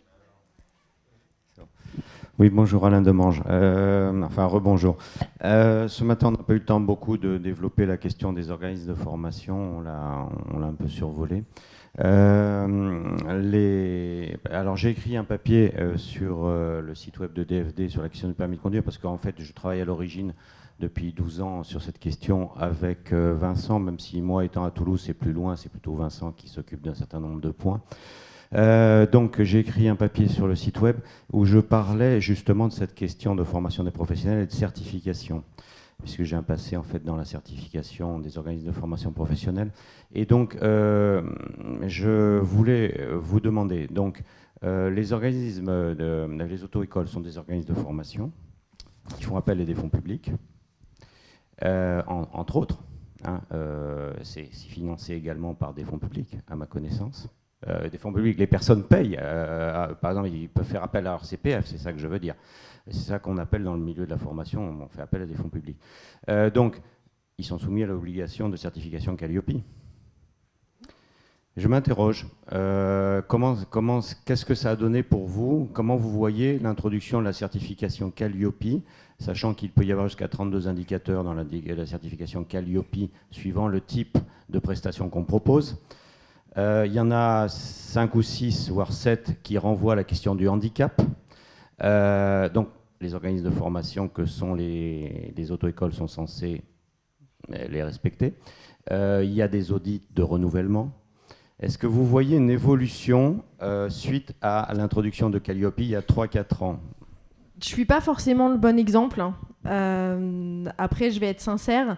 On est à l'obtention de Calliope via notre label qualité à l'auto-école. C'est-à-dire que je n'ai pas fait le même référencement pour être Calliope, c'est-à-dire que j'ai eu mon label auto-école, qui est le label de l'État des auto-écoles, qui me donne une équivalence Calliope. D'accord. Voilà. Donc, on n'est pas dans les mêmes critères. Après, oui, j'ai rempli dans les documents, je suis référente handicap de mon auto-école. Toutes les auto-écoles qui sont labellisées, donc Calliope, ont une affiche dans leur bureau avec le référent handicap. On est sur une affiche dans le bureau avec le référent handicap. Merci. Ça n'ira pas plus loin. Okay. Oui, parce que l'impression que j'ai, et c'est valable pour tous les organismes de formation, c'est que c'est en devenir. C'est-à-dire que ça évolue lentement. Et moi, j'ai connu le temps où les organismes de formation, j'y étais pendant 20 ans, ne s'intéressaient pas du tout à la question du handicap, on va le dire franchement. Là, ça commence à évoluer lentement. Et c'est pour ça que je voulais vous demander votre appréciation, vous en tant qu'OF, mais dans le milieu de la conduite automobile. Alors, l'avantage aujourd'hui, c'est aussi que la DSR, plutôt que de créer un label handicap ou encore un nouveau label, est en capacité justement de travailler avec des professionnels de santé, de travailler avec des auto-écoles. On est quelques auto-écoles un peu disséminées partout en France et où notre avis sera pris en compte pour que justement on ne soit pas sur un label où il y a juste une affiche posée dans un bureau, mais qu'il y ait des vraies vérifications et des vraies choses qui soient mises en place derrière. Un vrai service rendu. Et en sachant que derrière le mot handicap, vous avez handicap moteur, handicap auditif, handicap neurodéveloppement, et finalement, c'est derrière des prestations complètement différentes. Donc, des adaptations différentes, notamment des véhicules. Et des véhicules, voilà. Donc, il y a un moment où, derrière ce mot, il y a tellement de choses que ça n'a pas de sens si on n'est pas capable d'aller plus loin. Marie, tu avais une question ? Oui, c'est à la fois un retour d'expérience puis une petite précision parce que moi, ma fille vient de passer permis automatique dans une auto-école à Paris et c'est à propos du label qualité parce que vous disiez tout à l'heure que la profession était assez partagée et en fait moi ce que j'ai compris c'est que effectivement en passant elle l'a eu donc en automatique au bout de 4 fois mais que grâce à ça, grâce au label qualité, elle ne serait pas obligée de repasser l'examen qu'elle pourrait être validée par l'auto-école sous réserve effectivement d'heures supplémentaires et une validation de ses compétences en manuel, ce qui est important. Et pour elle, donc je voulais juste avoir parce que effectivement je me suis dit heureusement que j'ai pris une auto-école avec la belle qualité, sinon ça n'aurait pas servi à grand chose, parce que elle dans le permis, effectivement la notion d'examen est vraiment hyper importante. Et d'ailleurs quand je suis allée voir, je disais vous êtes sympa à 4 fois, moi je suis un peu à bout de ressources, etc. Ah oui, non, mais elle est pas du tout dangereuse. On ne sait pas ce qui se passe avec nos élèves. Ils sont très bons en conduite avec leur moniteur. Et puis, le jour d'examen, ça se passe très mal. Donc, je pense que le facteur anxiété, par exemple, pour elle, c'était énorme. Je n'ai pas été dans une auto-école spécialiste, mais on a expliqué, je l'ai accompagnée, on a expliqué, etc. Elle s'est mise dans un... Je l'ai beaucoup aussi sollicité sur qu'est-ce qui te convient. C'est plutôt le matin, l'après-midi, c'est machin, en condensé, pas condensé, etc. Bon, bref. Donc, vous me dites bien, le label qualité, c'est la condition sine qua non pour ne pas repasser l'examen. Alors, vous pouvez avoir passé votre permis en boîte automatique dans une auto-école qui n'est pas labellisée. Par contre, pour passer ce qu'on appelle la fameuse passerelle, c'est-à-dire que vous avez un minimum de 7 heures de formation à réaliser en boîte manuelle pour que l'auto-école vous valide elle-même le permis en boîte manuelle.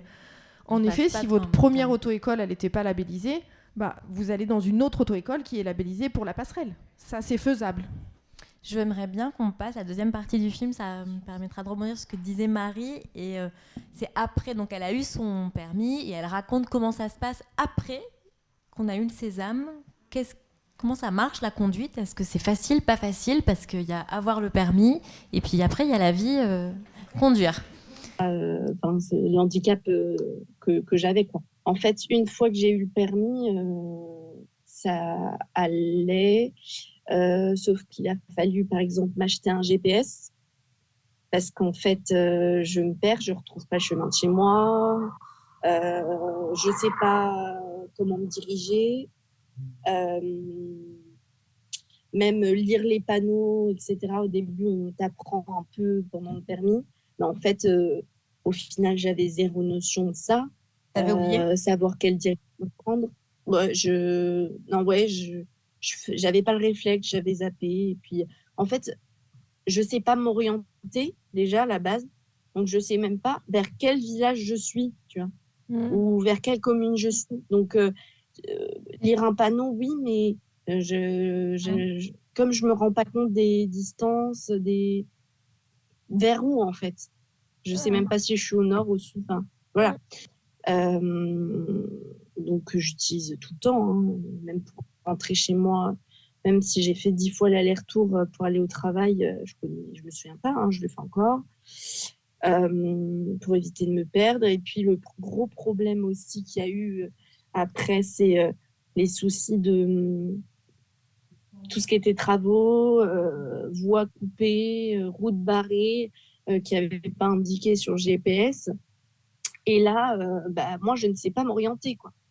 Donc, j'arrive, je ne sais pas où aller, je ne sais pas où tourner. Donc là, oui, ça a généré vraiment beaucoup de stress, d'angoisse. Et puis, en plus, à chaque fois, il fallait que j'aille, par exemple, à des entretiens ou plusieurs fois, il a fallu que j'aille en centre-ville et il faut que j'anticipe vraiment mon trajet bien avant. Donc au début je savais pas trop faire. Ma maman, elle m'a montré, elle est venue avec moi, elle m'a montré, etc. Je regarde sur Google Maps, je suis obligée de savoir combien de temps je mets, combien de temps il faut que je demande. Je suis obligée de demander à quelle heure il faut que je parte, si je mets tant de temps, pour savoir à quelle heure je vais arriver. Il faut pas que j'arrive en retard, et s'il y a des bouchons, enfin voilà, limite à chaque fois que faut que j'aille quelque part que je connais pas, ou voilà, que c'est un rendez-vous vraiment, qu'il faut que j'ai 1 heure, etc., que je sois là-bas à telle heure. Déjà, je demande de l'aide, forcément. J'anticipe en fait mon trajet, quoi, bien 1 ou 2 jours avant. Voilà, donc, merci, on peut permettre. Donc, je trouvais que c'était important aussi, parce que c'est sur le permis, la partie théorique, la partie pratique, mais je trouvais que c'était important que la vie continue et comment est-ce qu'elle fait. Donc moi, c'est une jeune femme que je connais assez bien, j'ai été en voiture avec elle et j'ai pris la mesure de la difficulté à laquelle je l'exposais sur un trajet qui était complètement imprévu parce que je ne pouvais pas rentrer chez moi, tous les tramways étaient éteints, c'était tard le soir et tout ça. Et j'ai compris la nervosité, l'angoisse qu'elle évoque. C'était palpable. J'ai pas mon permis, moi, donc j'ai pas pu l'aider. J'ai jamais eu mon permis.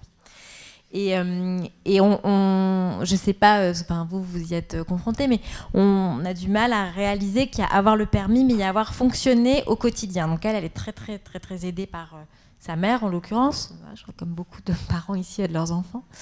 même quand ils sont grands.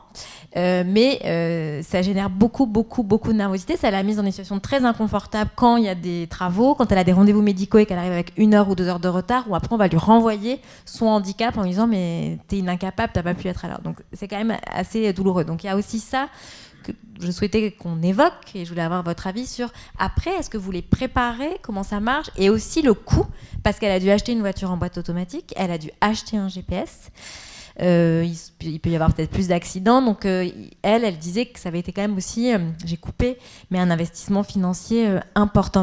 Je retiens, mais je vais le laisser réagir d'abord si ça ne vous embête pas. Merci. Florence ? Dans ce témoignage, il y a quelque chose qui est très important et qui peut être travaillé en amont, même du permis, et bien avant. Elle parle en fait de toute la difficulté du trajet, de se représenter le trajet et de planifier ce trajet. Et elle a dit quelque chose de très intéressant, c'est je ne sais pas m'orienter. C'est-à-dire, moi, dans l'espace, comment je me déplace, et la notion de timing, de temps. Oui, et pardon, juste pour cette difficulté qu'elle a dans l'espace, elle l'a aussi dans elle l'a dans toutes les mobilités. Elle l'a aussi dans les transports en commun. Voilà ce que tu voulais dire. Et en fait, c'est ça qui se travaille en amont. C'est pour ça que je parlais aussi de l'importance de connaître déjà son comportement piéton. Et ça commence très tôt. Et en fait, la première des choses à faire, c'est de travailler. Alors là, par contre, c'est plus les psychomotriciens, c'est travailler ce référentiel corporel où en fait, ça va mieux apprendre à se situer soi dans l'espace. Ça, c'est la première des choses. Et après, c'est pouvoir se déplacer, apprendre à se déplacer et apprendre d'abord des repères, apprendre de reprendre des repères corporels, mais aussi dans l'espace. Et puis après, apprendre à se déplacer avec un système route.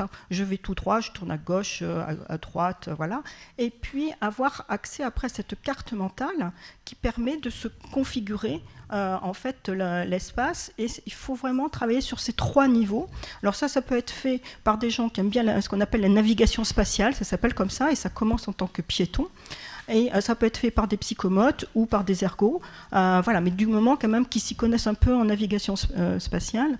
Et après, ça va être combiné ça avec l'environnement visuel et traiter rapidement ces informations. Mais c'est d'abord, en tant que piéton, à apprendre à savoir où est le nom des rues, quels repères prendre visuels, mais qui sont fixes, fiables. Voilà. Et ça, c'est un travail qui se fait mais largement avant le permis. Et du coup, ça leur permet de prendre confiance. Et ça permet, et pas d'arriver le jour du permis à gérer et l'apprentissage de conduire, et de gérer soi permis dans l'espace. Donc ce que tu dis, c'est que ça pourrait être anticipé largement. Vers 14, 15, enfin je sais pas. Largement avant. Même avant, ouais. C'est-à-dire, ce qu'on essaye de faire, c'est de travailler ces déplacements. Nous, on essaye de le faire pour les préparer au collège, puisqu'en fait, la première étape de piéton, on va dire tout seul, c'est le collège, l'entrée en 6e. L'idéal, c'est ça. Et après, donc travailler sur des déplacements connus. Et après, c'est travailler sur les déplacements moins connus. Oui, alors elle, comme elle a été... Je voudrais dire quelque chose. Je suis là. Pardon. Non, c'est moi. Vous pouvez vous présenter ? Donc, toujours Laurence, DFD 94. Par rapport aux enfants que je suis, aux enfants que j'ai, enfin aux jeunes que je suis et que j'ai, il y a une chose qui revient très souvent par rapport au permis. Ils me disent, surtout quand il y a une visu spatiale, ils me disent le problème qu'on a, c'est que nous, on est dans un véhicule qui avance, qu'il y a un autre véhicule qui croise dans l'autre sens, qu'il y en a il y a des mobylettes, il y a des trottinettes, il y a des vélos qui arrivent à gauche, qui arrivent à droite, des piétons qui arrivent dans un sens, des piétons qui arrivent dans l'autre sens. Des gens petits, des gens grands, il y a trop d'informations. Et nous, on panique et on n'y arrive pas. Et même en étant avec des moniteurs d'auto-école qui les aident, et souvent c'est compliqué pour eux d'arriver à prendre un point de repère, comme vous le disiez tout à l'heure, ça va au-delà d'arriver à se situer sur la route, là où ils sont au nord, au sud, à l'est, à l'ouest, dans le bon sens, dans le mauvais sens. Et très souvent, ce qui est compliqué, c'est d'arriver à avoir un repère visuel qui ne les déstabilise pas dans leur conduite. Et alors, quelle solution ? Je ne sais pas si je vais donner des solutions, mais c'est un élément qui est fondamental. En fait, tout à l'heure, on parlait de simulateur de conduite ou autre. En fait, la conduite, c'est peut-être l'activité la plus dure à simuler parce qu'il y a tellement de choses qui se passent quand on conduit, qui sont dépendantes de notre environnement. Il y a tellement de stimuli qu'on reçoit quand on conduit et il faut effectivement être capable de les filtrer. déterminer ce qui est important, ce qui l'est pas. Ça peut être déjà un truc qui peut être travaillé vraiment avec les jeunes. C'est quels indices j'ai besoin de repérer, quels indices je peux négliger. C'est un élément vraiment important. Et puis, moi, la réflexion que vous faites, elle m'amène aussi à un autre point, c'est la gestion des imprévus. Moi, j'ai beaucoup de jeunes qui me disent « mais s'il se passe ça, je ne saurais pas quoi faire ». Et j'ai en tête un exemple de quelqu'un avec qui on avait fait un petit cahier dans lequel il y avait si je tombe en panne, si il y a un bouchon, si j'ai crevé. Et juste de se dire, j'ai pas besoin d'y penser pendant mon trajet parce que si ça se passe, en fait, j'ai des ressources, je sais qui appeler, je sais quoi faire. C'est le genre de choses qui peut être un peu aidant. Après, malheureusement, la conduite automobile, pour tout le monde, c'est une expérience assez particulière. Enfin, on est tous un peu dépassés quand il y a des choses qui sont inhabituelles sur notre trajet. Le côté pilote automatique, quand on fait un trajet régulier, fréquent, c'est un côté confortable et à la fois c'est aussi peut-être dangereux dans certaines situations. Donc oui, il y a beaucoup de stimuli quand on conduit et c'est effectivement souvent évoqué comme étant un problème. Moi je sais qu'il y a des jeunes qui ont leur permis que j'ai accompagnés qui me disent je roule pas en ville, je roule partout, mais je roule pas en ville et je roule encore moins en ville si j'ai des gens à côté de moi en voiture parce qu'en fait ils vont me parler, ça va me déconcentrer, ils vont vouloir mettre la musique, ça va me déconcentrer. Donc il y a aussi, et peut-être que ça on l'a pas évoqué quand on parlait de l'accompagnement, mais il y a aussi créer les conditions pour être bon conducteur et pour certains jeunes ça passe par je sais que je mets pas la radio, je sais que je mets mon GPS dans tel environnement, de tel angle, je sais que j'évite parfois le GPS fixe et je prends un GPS téléphone parce qu'au moins il s'adapte s'il y a des travaux. Enfin il y a plein de choix comme cela aussi qui peuvent être faits par la personne en fait, qui peuvent lui faciliter la vie. Mais c'est vrai que c'est un point important ce que vous dites, il y a énormément d'informations à traiter et c'est un vrai défi. Pendant la formation, il y a moyen de les ancrer au fur et à mesure, en fait, ce qu'on a un peu de mal parce qu'on a l'impression que ça va multiplier le nombre d'heures, d'où l'intérêt d'arriver à faire des séances beaucoup plus courtes, des séances d'une demi-heure par exemple. J'ai passé il n'y a pas longtemps une demi-heure avec un élève focalisé sur les passages piétons, sur comment je reconnais les passages piétons, qu'est-ce que je fais quand je vois un passage piéton, et on a passé juste une demi-heure sur les passages piétons. La leçon d'après, s'il avait fallu qu'on y repasse une demi-heure, on l'aurait refait. C'était acquis, le passage piéton était ancré, derrière on a pu ancrer autre chose. Et l'idée c'est vraiment d'ancrer au fur et à mesure et puis d'enlever cette anxiété. La jeune fille elle parlait du GPS. Pendant nos leçons, on peut aussi être amené à aider l'élève pour sa vie future de conducteur. Je vous disais en effet, on nous appelle les auto-écoles. Quand vous allez vous inscrire au lycée, vous dites pas je vais m'inscrire au bac, vous dites je vais m'inscrire au lycée. Quand vous venez à l'auto-école, vous dites je vais m'inscrire au permis de conduire. Non, on vient s'inscrire à l'auto-école. On vient chercher une formation. On ne vient pas chercher un permis de conduire. Et du coup, pendant l'examen pratique, ces adaptations, alors on n'en est pas encore à l'adaptation du GPS, on l'a évoqué, on verra ce que ça deviendra.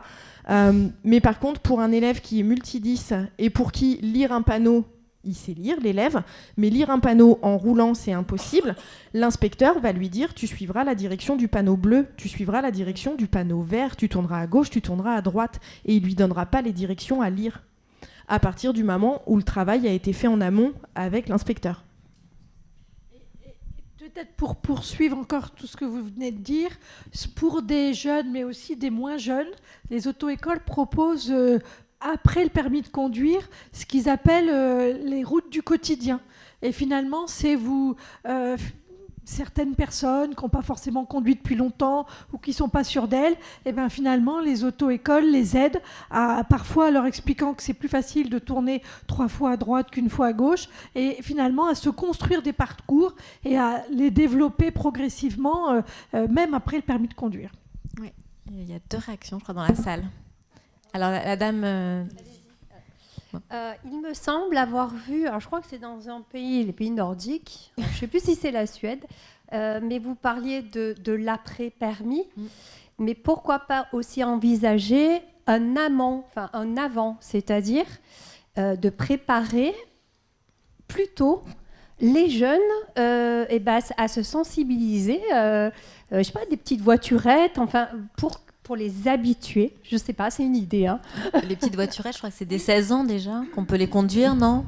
14, voilà. Alors, vous avez ce qu'on appelle en France le continuum éducatif, qui part de la maternelle jusqu'à la formation du conducteur quand il a le permis. Et seulement, ce continuum éducatif, quand il a été mis en place, alors on va retrouver la SSR en 5e, on va retrouver la SSR en 3e.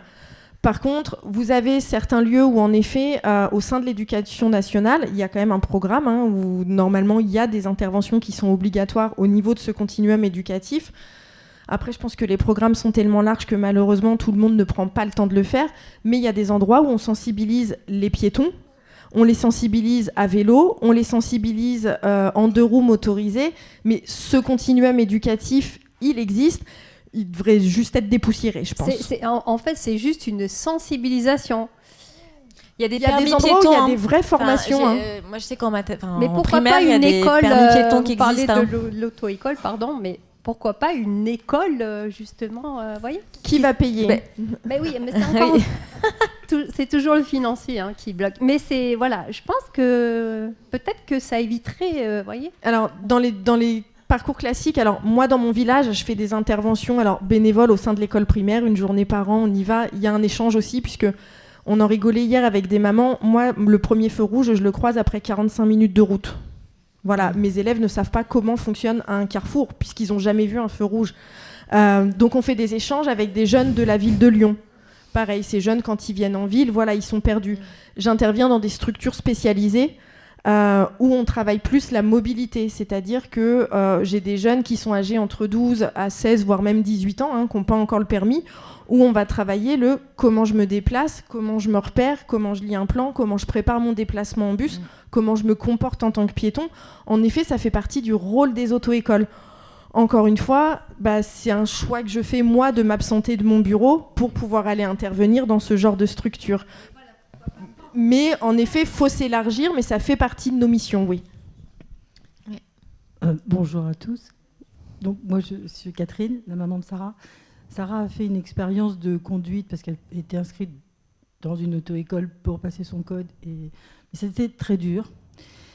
Donc, à un moment donné, on a demandé à la monitrice si elle pouvait faire une séance de conduite pour voir si vraiment Sarah pouvait un jour passer son permis de conduire. Donc la dame l'a préparée. Elles ont fait cette séance. Elle a eu la peur de sa vie parce que Sarah, à un moment donné, il y a un camion qui a fait je sais pas quoi. Enfin, Sarah s'est bloquée, tétanisée sur le volant et elle était incapable de bouger. Donc heureusement que la monitrice avait les doubles commandes. Et elle a pu réagir. Mais ça a été terminé. Plus de permis pour Sarah. Donc c'était juste par rapport à ça que je voulais réagir. Parce que l'imprévu... Et un enfant qui traverse, un gamin qui court après un ballon, un chien. Même si on les prépare, on a beau les préparer, les sensibiliser. Je veux dire, il y a, comme nous, qui ne sommes pas dyspraxiques, il peut toujours y avoir ce genre de situation. Et dans le cas de Sarah, ça a été vraiment un énorme stress, quoi. Elle était, je vous dis, tétanisée. Donc je ne sais pas s'il peut y avoir des solutions face à ce genre de réaction. L'ergo. Merci. Romain. Alors, peut-être j'ai envie de ramener un élément qui apparaît dans une étude. Il y a une étude qui s'est intéressée au temps de freinage des personnes avec dyspraxie. Et elle est super intéressante parce que du coup, elle part du postulat que souvent les jeunes avec TDC se considèrent comme de mauvais conducteurs. Donc, la question de recherche, c'est est-ce qu'ils sont vraiment de mauvais conducteurs ? Est-ce que le temps de réaction est vraiment trop long pour qu'ils soient dangereux ? Et en fait, oui, le temps de réaction, il est un peu plus long, mais ce un peu plus long, il suffit pas à ce que ça soit un danger. Il y a une milliseconde, je crois, de plus qui existe dans des examens contrôlés, bien évidemment. Je crois que ce que vous évoquez, c'est un élément, et ça rejoint ce que tu disais, Florence, au début de la table ronde. Souvent, on prépare mal la conduite aussi d'un point de vue psychologique, parce que c'est du stress, c'est énormément de stress. C'est pas forcément toujours un environnement contrôlé et contrôlable, ça c'est certain. Quand il y a une voiture avec deux postes conducteurs, ça doit être plus contrôlable, ça c'est certain. Mais je crois qu'il y a aussi une question d'habituation et de se mettre dans des situations, et il y a plein d'espaces. La simulation mentale, ça peut être un super travail pour gérer ce stress lié à la conduite. Les simulateurs de conduite, c'en est un autre. Enfin, il y a plein de manières de s'entraîner à conduire sans forcément être dans une voiture et être confronté à cet environnement. Et j'ai envie de croire qu'il y a aussi une progression qui peut se faire vraiment étape par rapport à ça. Ce qui est important juste dans votre cas, c'est que du coup, c'est pas les capacités qu'il faut remettre en cause, c'est juste l'environnement dans lequel ça a été fait. Et les capacités, on ne peut pas les avoir quand on n'a pas fait l'apprentissage. Ça reste qu'une évaluation, elle n'a pas été faite au bon endroit, la prise en compte du stress n'a pas été prise en compte. Donc je dirais presque qu'il ne faut pas abandonner là. Oui, effectivement, je suis d'accord avec vous, mais nous faisons partie de ce milieu rural très désertifié en auto-école. Agen, je vous parle d'Agen là, et les environs.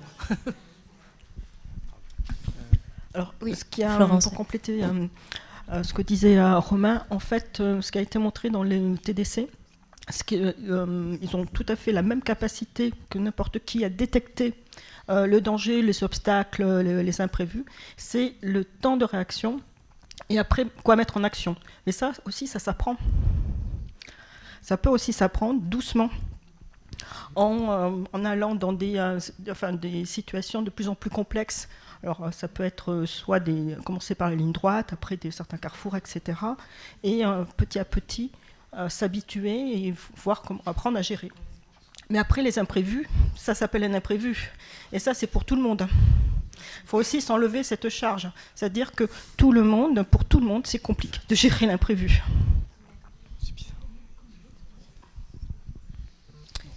Oui. Ah oui, allez-y. Non, je voulais rebondir sur l'aspect progression. Parce que moi, mon permis, je l'ai passé 4 fois, j'ai fait 180 heures. T'as une idée du coût ? Non, j'ai pas demandé à mes parents, mais Non, mais parce qu'il y avait une étude qui avait été faite par la DFD et les coûts étaient très importants. C'est pour ça que j'avais posé la question. Et donc, ça a commencé comme ça. Donc, j'étais sur une autre... Alors, j'ai une question technique qui pourrait être intéressante. J'ai commencé en boîte manuelle. Donc, je suis tombé sur un mec pas très sympa qui me disait que j'avais Alzheimer et qui... Voilà. Il y a combien ? Il y a 10 ans, 15 ans ? Ouais, il y a 2010, je veux dire, 2009. 2009. Et donc voilà, donc j'ai été diagnostiqué en école d'ergo. Donc après, je suis allé sur un centre de rééducation qui me l'a fait passer. Et les mecs ont tous dit, je vais très loin. À l'époque, j'avais un copain qui était kiné dans ce centre de rééducation. Et apparemment, ils ont tous, ils se disent, il l'aura jamais. Enfin voilà. Et j'étais avec une ergo, du coup, je l'ai eu au bout de 180 heures. Donc je fais une petite question d'aparté. Je me demande, on parlait de la boîte manuelle, si c'est pas plus simple, parce qu'il y en a qui commencent en manuel comme moi et qui vont aller sur la boîte auto. Est-ce que ce serait pas pertinent pour les dyspraxiques d'aller direct sur la boîte auto ? J'étais pas là tout à l'heure, donc peut-être que... Ah oui, c'est ce qui a été dit. Excusez-moi. Ouais. C'est ce qui a été dit, ouais. Je suis arrivé un peu en retard. Donc non, mais c'est ce qui a été dit. Et sinon, pour... Quand le trouble est dit par le jeune. Hein. Voilà, donc désolé. Et pour les trajets, donc j'ai commencé au petit à petit, je me suis pris 3-4 cartons. Après avoir eu le permis ? Oui. Après tes 180 heures, tu l'as eu du premier coup, le permis ? Ah non, j'ai eu au bout de 4 fois. Ah pardon, j'ai et en fait, j'ai dû repasser mon code aussi. Et en fait, donc je roulais que un quart d'heure. Et donc ce qu'a dit Romain est très, j'aime bien Romain en fait. Non, et très intéressant, c'est que sur l'aspect répétition et mise en situation de la pratique, c'est-à-dire que au début d'un quart d'heure, j'étais angoissé. Limite, je criais dans la voiture tellement il y avait du stress. Donc le fait est que voilà, au bout d'un quart d'heure, et c'est allé progressivement. Et du coup, je suis descendu à Toulouse. La première fois, je suis descendu avec mon père de Bretagne. On a dû s'arrêter. Je savais même pas ce que c'était qu'une voie d'urgence. Je faisais n'importe quoi. Et au bout d'un moment, ça fait 5 ans. Là, je suis dans le sud. Je prenais le train en fait. Je pouvais pas aller à Toulouse. Je suis allé une première fois. J'ai roulé à Toulouse. En plus, en dehors de, je pense qu'à Toulouse, ils connaissent pas trop la priorité. Maintenant que je suis conduire. Mais si vous voulez, moi, j'ai crié de panique dans ma voiture à Toulouse au départ. Et au fur et à mesure, donc je prenais le train, et au fur et à mesure, j'ai commencé à rentrer en Bretagne. Enfin, et dans le Gers, t'as pas le choix parce que si t'as pas la voiture, t'es foutu. Et en fait, j'ai commencé à rouler, et au bout d'un moment, ça a été sur des années, mais la progression s'est faite. Et maintenant, limite, il y a plus de problème, quoi. Et il y a un autre truc aussi que je voudrais... parce qu'on parle de la capacité à conduire, sur la sécurité. C'est-à-dire que ça, c'est un truc qui me... Il y a des gens, ils sont hyper coordonnés, et ils en ont rien à cirer, ils n'ont pas conscience du danger, et ils vont rouler à des vitesses hyper élevées, tandis que toi, quand tu as des difficultés, tu prends conscience du danger, et tu vas rouler aux bonnes limitations. Et moi je dis, mais ok, ils sont coordonnés, mais ils sont débiles. Quand je vois des mecs rouler à 80 sur des zones 50 dans des virages hyper étroits dans le Gers, je me dis, là tu peux te poser la question de l'aptitude et te dire, mais lequel est vraiment apte à conduire ou pas. Donc, je rejoins beaucoup Romain du coup sur ce côté, parce que je l'ai expérimenté, parce qu'il n'y a pas eu le choix, mais jamais j'aurais cru pouvoir conduire en plein Toulouse, quoi. Jamais, et pourtant c'est arrivé. Donc, non mais c'est pas... Ce que je vais dire c'est... Enfin voilà, je suis totalement d'accord avec ça. Après il y a la question de la sécurité quand même. Au début, faut peut-être pas le faire tout seul, quoi. Mais voilà. Et ce que tu dis, c'est important, et ça montre aussi qu'on a peut-être besoin de plus s'entraîner. D'ailleurs, l'étude de DFD montrait bien, quand tu parles de 180 heures de conduite, ça veut aussi dire que tu as eu besoin de plus expérimenter peut-être que n'importe qui. Et du coup, ça pose la question de la pertinence de la conduite accompagnée. Quand c'est possible, en tout cas, ça paraît être une option vraiment intéressante, parce qu'elle permet d'être dans un environnement contrôlé. On peut s'entraîner dans des parkings, on peut s'entraîner dans des environnements où il n'y a pas de piétons, où il n'y a pas d'autres stimuli. On peut être dans un environnement hyper contrôlé, hyper contrôlable. Et je suis content que tu dises, que tu fasses le parallèle avec les autres conducteurs, parce que ça me permet d'apporter une autre donnée scientifique. Souvent, les personnes avec TDC roulent moins vite que les gens qui n'ont pas de TDC. Et moi, je trouve que c'est pas du tout un problème. Au contraire, et ce que tu dis très bien, la sécurité avant tout. Donc, rouler moins vite, si tu as un temps de réaction plus lent, c'est OK. Parce que si tu roules moins vite, a priori, la zone de freinage, elle est un peu moins importante. Donc, il y a aussi plein de choses qui sont plutôt des avantages. Et faut pas qu'on clôture la table ronde avec l'idée que, a priori, tous les personnes avec un TDC sont des mauvais conducteurs. Au contraire, je crois qu'il y a vraiment une possibilité de très bien s'en sortir, et tu es un bon exemple qui le montre. J'aimerais juste rebondir par rapport à ce que Julien a dit sur le fait que, en fait, en conduisant, on est très très long, ou même en règle générale, les personnes qui sont atteintes de troubles 10, on est très très long dans l'apprentissage des choses. Et moi, par exemple, c'est pareil, j'ai mis plus de 40 heures avant d'avoir mon permis. Je l'ai eu la 4e fois et mon code la 5e fois.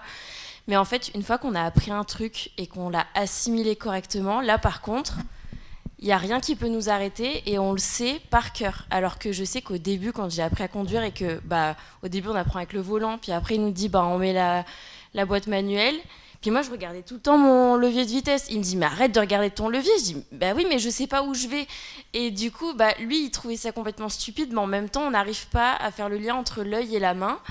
Et au début, c'est quelque chose d'hyper compliqué, alors qu'en fait, une fois que c'est fait et que c'est acquis, on le sait pour toujours, et comme quelqu'un de lambda.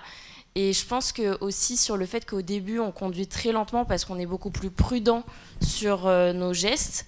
Mais après, moi, pour le coup, me concernant, je sais qu'il y a des fois, je me suis dit, je vais quand même... j'essaye pas de savoir les limites, mais de tester plus ou moins ce que je suis capable de faire ou pas, une fois qu'on a assimilé quelque chose. Et du coup, voilà, c'est juste pour dire que, en fait, il faut jamais s'arrêter sur le fait que ce soit dur et long. Oui, c'est fastidieux, mais une fois qu'on le sait, on le sait. Et c'est totalement possible pour tout le monde. Est-ce que ton enseignant t'avait dit, au moment de ta formation, que tu progresserais plus entre chaque leçon que pendant ta leçon ? Rien du tout. Voilà. Il faut savoir, en effet, qu'on va travailler, tu vas sortir de ta leçon en mode « j'y arriverai jamais, je suis nulle, c'est trop dur, etc. » Et qu'en effet, tu vas assimiler entre chaque leçon, et que quand tu reviendras à la leçon d'après, tu auras assimilé, et que du coup, ça marchera en partie ou entier, et qu'il faudra retravailler. Mais ça, c'est quelque chose à savoir, c'est qu'en effet, vous ressortez frustré de vos leçons de conduite, vexé, gêné, ou énervé parce que vous n'y arrivez pas, etc. Tout ce sentiment de mélanger. Alors qu'en fait, ça c'est pareil quasiment pour tout le monde, trouble neurodéveloppemental ou pas, on va progresser entre les leçons. Donc en fait, c'est ce temps de pause entre chaque leçon qui va te permettre de progresser. Et du moment que tu le sais, déjà tu ressors ta leçon de conduite un peu moins... t'es content d'aller dormir pour te dire « Ok, la prochaine fois, ça ira mieux ». Puis ce qui était aussi très compliqué, c'était le repérage au niveau des panneaux. Et où, comme vous disiez, faut savoir lire les panneaux. Mais on ne sait pas faire deux choses en même temps. Sur le moment, du coup, c'est compliqué. Et moi, par exemple, on m'a souvent dit, j'ai un très bon sens de l'orientation pour le coup, mais je me repère pas grâce aux panneaux, je me repère grâce aux arbres, grâce, je sais pas, un bâtiment, une pancarte qui va être violette. Et mon père, des fois, il me dit, limite, tu te repérerais mieux dans un désert que n'importe qui, parce que tu sais te repérer avec un caillou. Mais c'est totalement vrai que savoir lire, revoir le panneau et en même temps regarder la route, c'est trop compliqué. Ouais, Florence.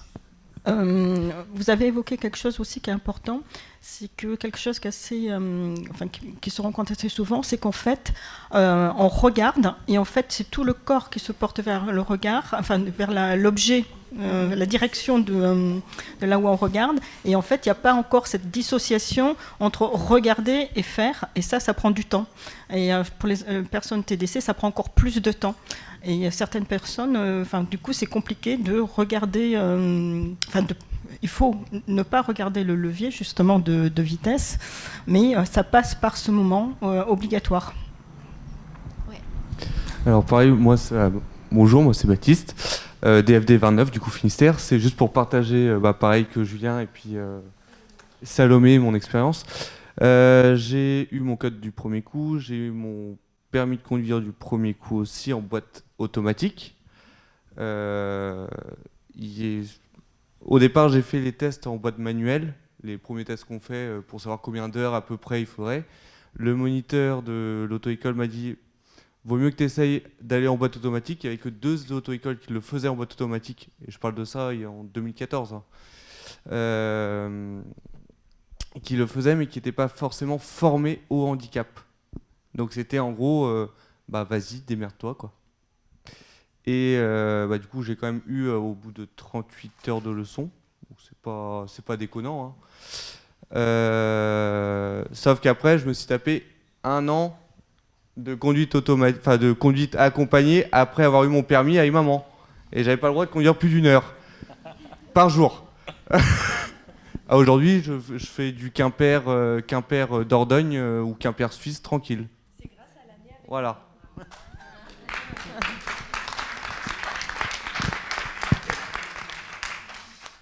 On va finir la table ronde sur ces témoignages. Donc, ce qu'il faut retenir, c'est que c'est possible, qu'il faut l'anticiper encore, il faut bien se renseigner, qu'il y a des efforts, que ça avance, que tout n'est pas perdu, qu'il y a des efforts qui sont faits pour qu'il y ait de plus en plus d'auto-écoles qui se labellisent ou qui forment des moniteurs au handicap, même si on manque de moniteurs et d'inspecteurs. Et peut-être que ça pourrait être pris en charge dans le cadre des PCH plus tard, mais on le dit quand même. On peut y penser en tout cas, déjà. On peut l'étudier. Voilà. Mais merci à tous. Vincent, si tu veux conclure. Merci beaucoup Elvire, merci à nos intervenants et puis aux interventions de la salle aussi qui sont quand même très encourageantes, qui montrent que c'est pas facile mais il y a de belles expériences.